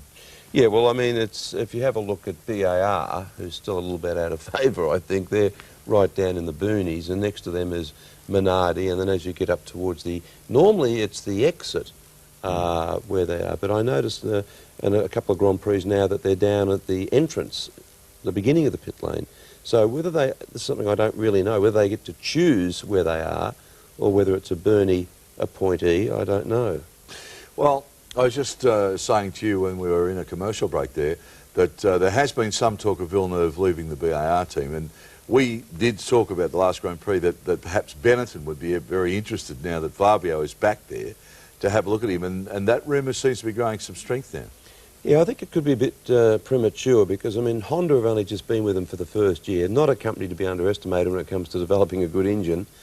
I would give them a little bit of time before I started jumping ship. I think, I mean, we've looked at Honda's performance in Formula One cars in the past when they get fair dinkum about it. So if I was Villeneuve, I really would sort of, stick in there for another year or so and give the Honda people time to give him the engine that he wants and deserves. And they have said that they're going on a full-blown attack again. I mean, it'll be like the last time they were associated with McLaren. Well, when those boys go on a full-blown attack, they really go on a full-blown attack. Yeah. And some good motor racing coming your way too. We're just waiting for the drivers to make their way into the interview areas for the unilateral interviews. But the Indianapolis 500, which we'll be covering, is just around the corner. We'll give you the dates of that just at the end of the telecast. But interesting enough now, the US Grand Prix, which you had so much success over there, you won East Coast, West Coast, and I think the North American one as well.